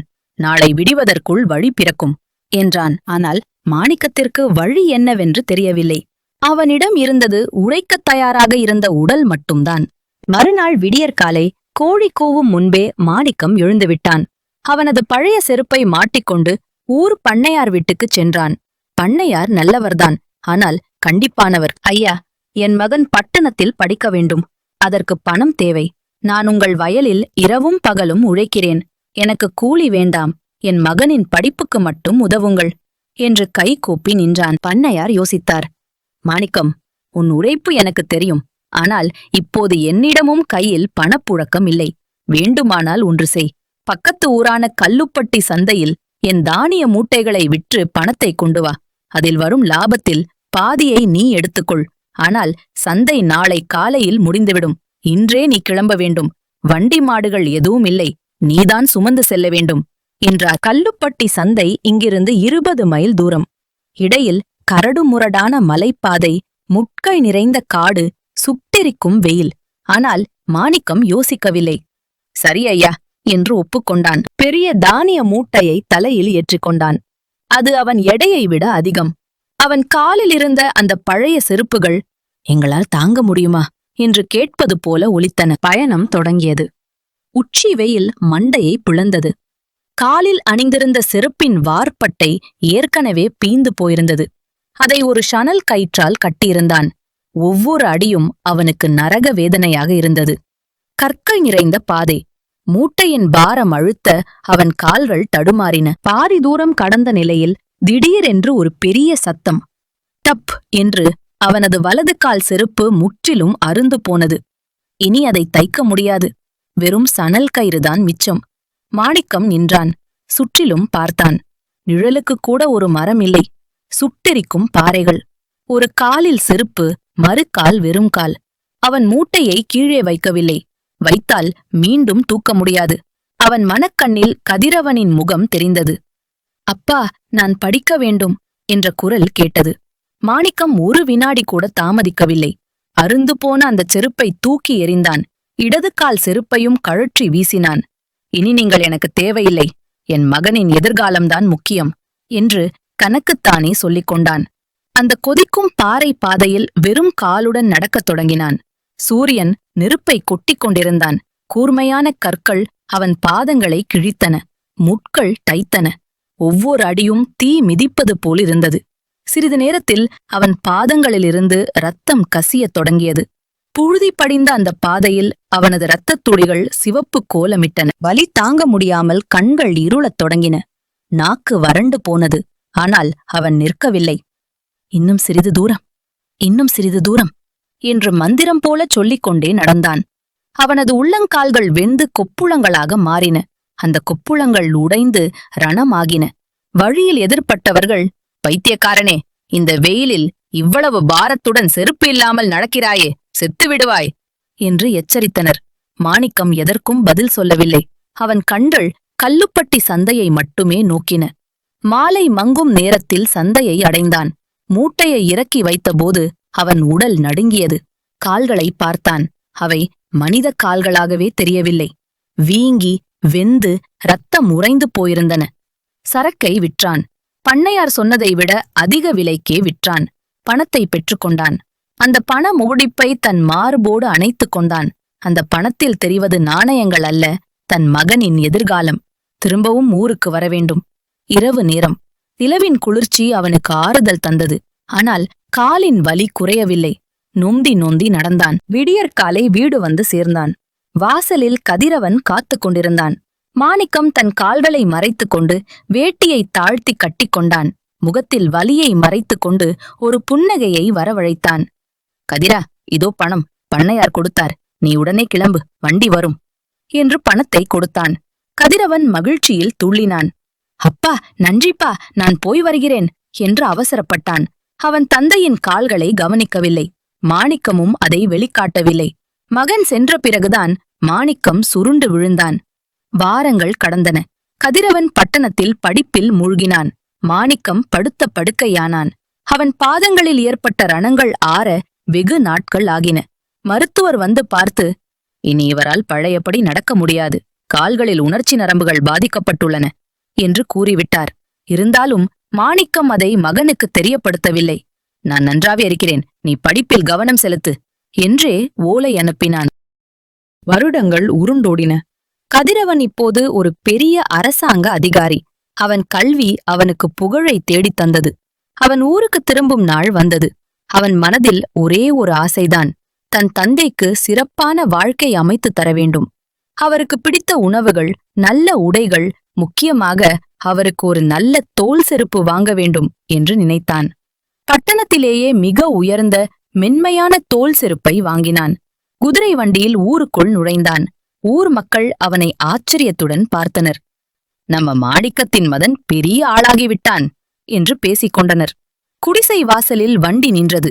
மாணிக்கம் திண்ணையில் அமர்ந்திருந்தான். அவன் தலைமுடி நரைத்திருந்தது, முகம் தளர்ந்திருந்தது. அப்பா என்று கதிரவன் ஓடிச் சென்று தந்தையை அணைத்துக் கொண்டான். மாணிக்கத்தின் கண்களில் ஆனந்த கண்ணீர். வா மகனே வா, ஊரே மெச்சும்படி வந்துவிட்டாயே என்றார். கதிரவன் தான் கொண்டு வந்த பட்டு வேட்டியை தந்தைக்கு கொடுத்தான். இனிப்புகளை ஊட்டிவிட்டான். கடைசியாக அந்த புதிய தோல் செருப்பை எடுத்து தந்தையின் காலடியில் வைத்தான்.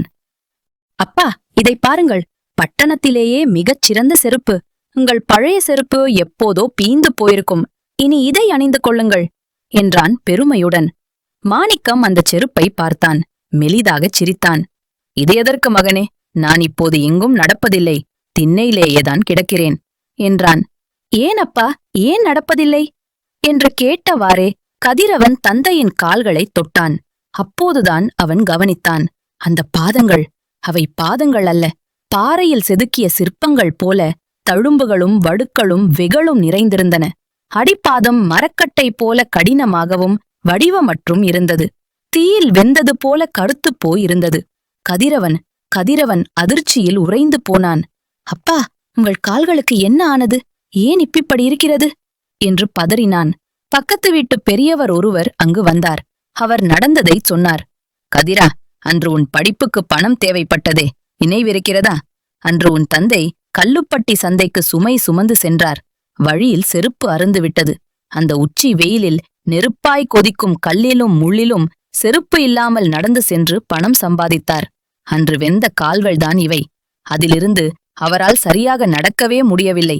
உன் படிப்புக்காக தன் கால்களையே இழந்தார் உன் தந்தை என்று கூறினார். கதிரவனுக்கு தலை சுற்றியது.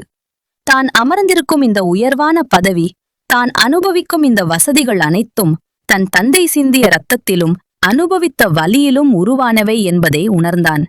அவன் கொண்டு வந்த அந்த விலையுயர்ந்த செருப்பு தந்தையின் தியாகத்திற்கு முன்னால் மிகச் சிறியதாக, அர்த்தமற்றதாக தோன்றியது.